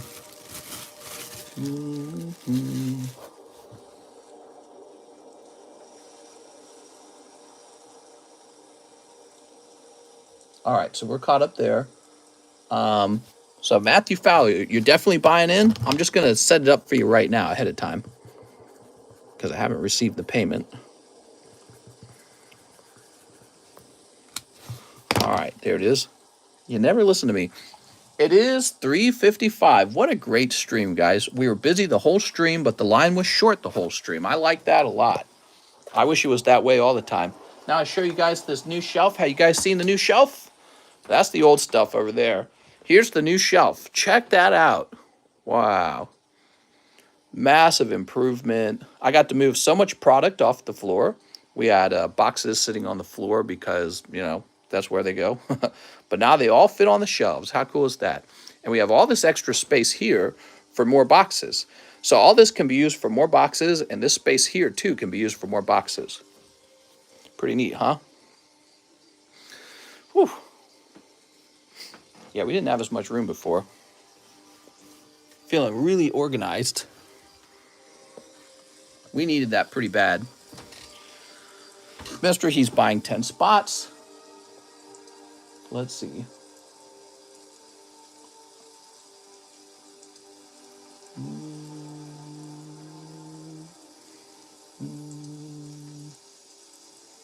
Oh, you weren't joking. I thought you guys were just teasing. 10 spots. 1, 2, 3, 4, 5, 6, 7, 8, 9, 10. Wow. That's a gamble, man, because that's about, you have a 1 in 3.6 odds then. That is risky. That is worse than flipping a coin. That's like rolling a 4-sided die and hoping it lands on your side. That's a big risk. Matthew's got some playing around with money because he just sold that Charizard to me. There we go. If you get this Espeon, though, which is, it's unlikely. Remember, it's more likely that you miss, but if you pull it, that'll be crazy. All right, so that's 10, 11, 12, 13, 14, 15, 16, 17, 18, 19. We're at 19 out of 36, so we would need, what, 17 more spots? So I don't feel like this will end tonight, but it just got really interesting. Good luck in there, Matthew, because not much more. You could have just bought the slab, says Ukino. There we go. You guys could always just buy the slab. That's true. I'm into Pokemon, which means I'm into gambling. Last guy that bought 10 spots won on the other break. All right, guys, I had a lot of fun, and it is 4 a.m. in the morning now, so that is my wrap-up point. And so I'm going to go relax and head to bed. I had a nice time, and I'll see you guys, let's see, tomorrow's Saturday. I'll see you for the nighttime stream tomorrow. See you guys later.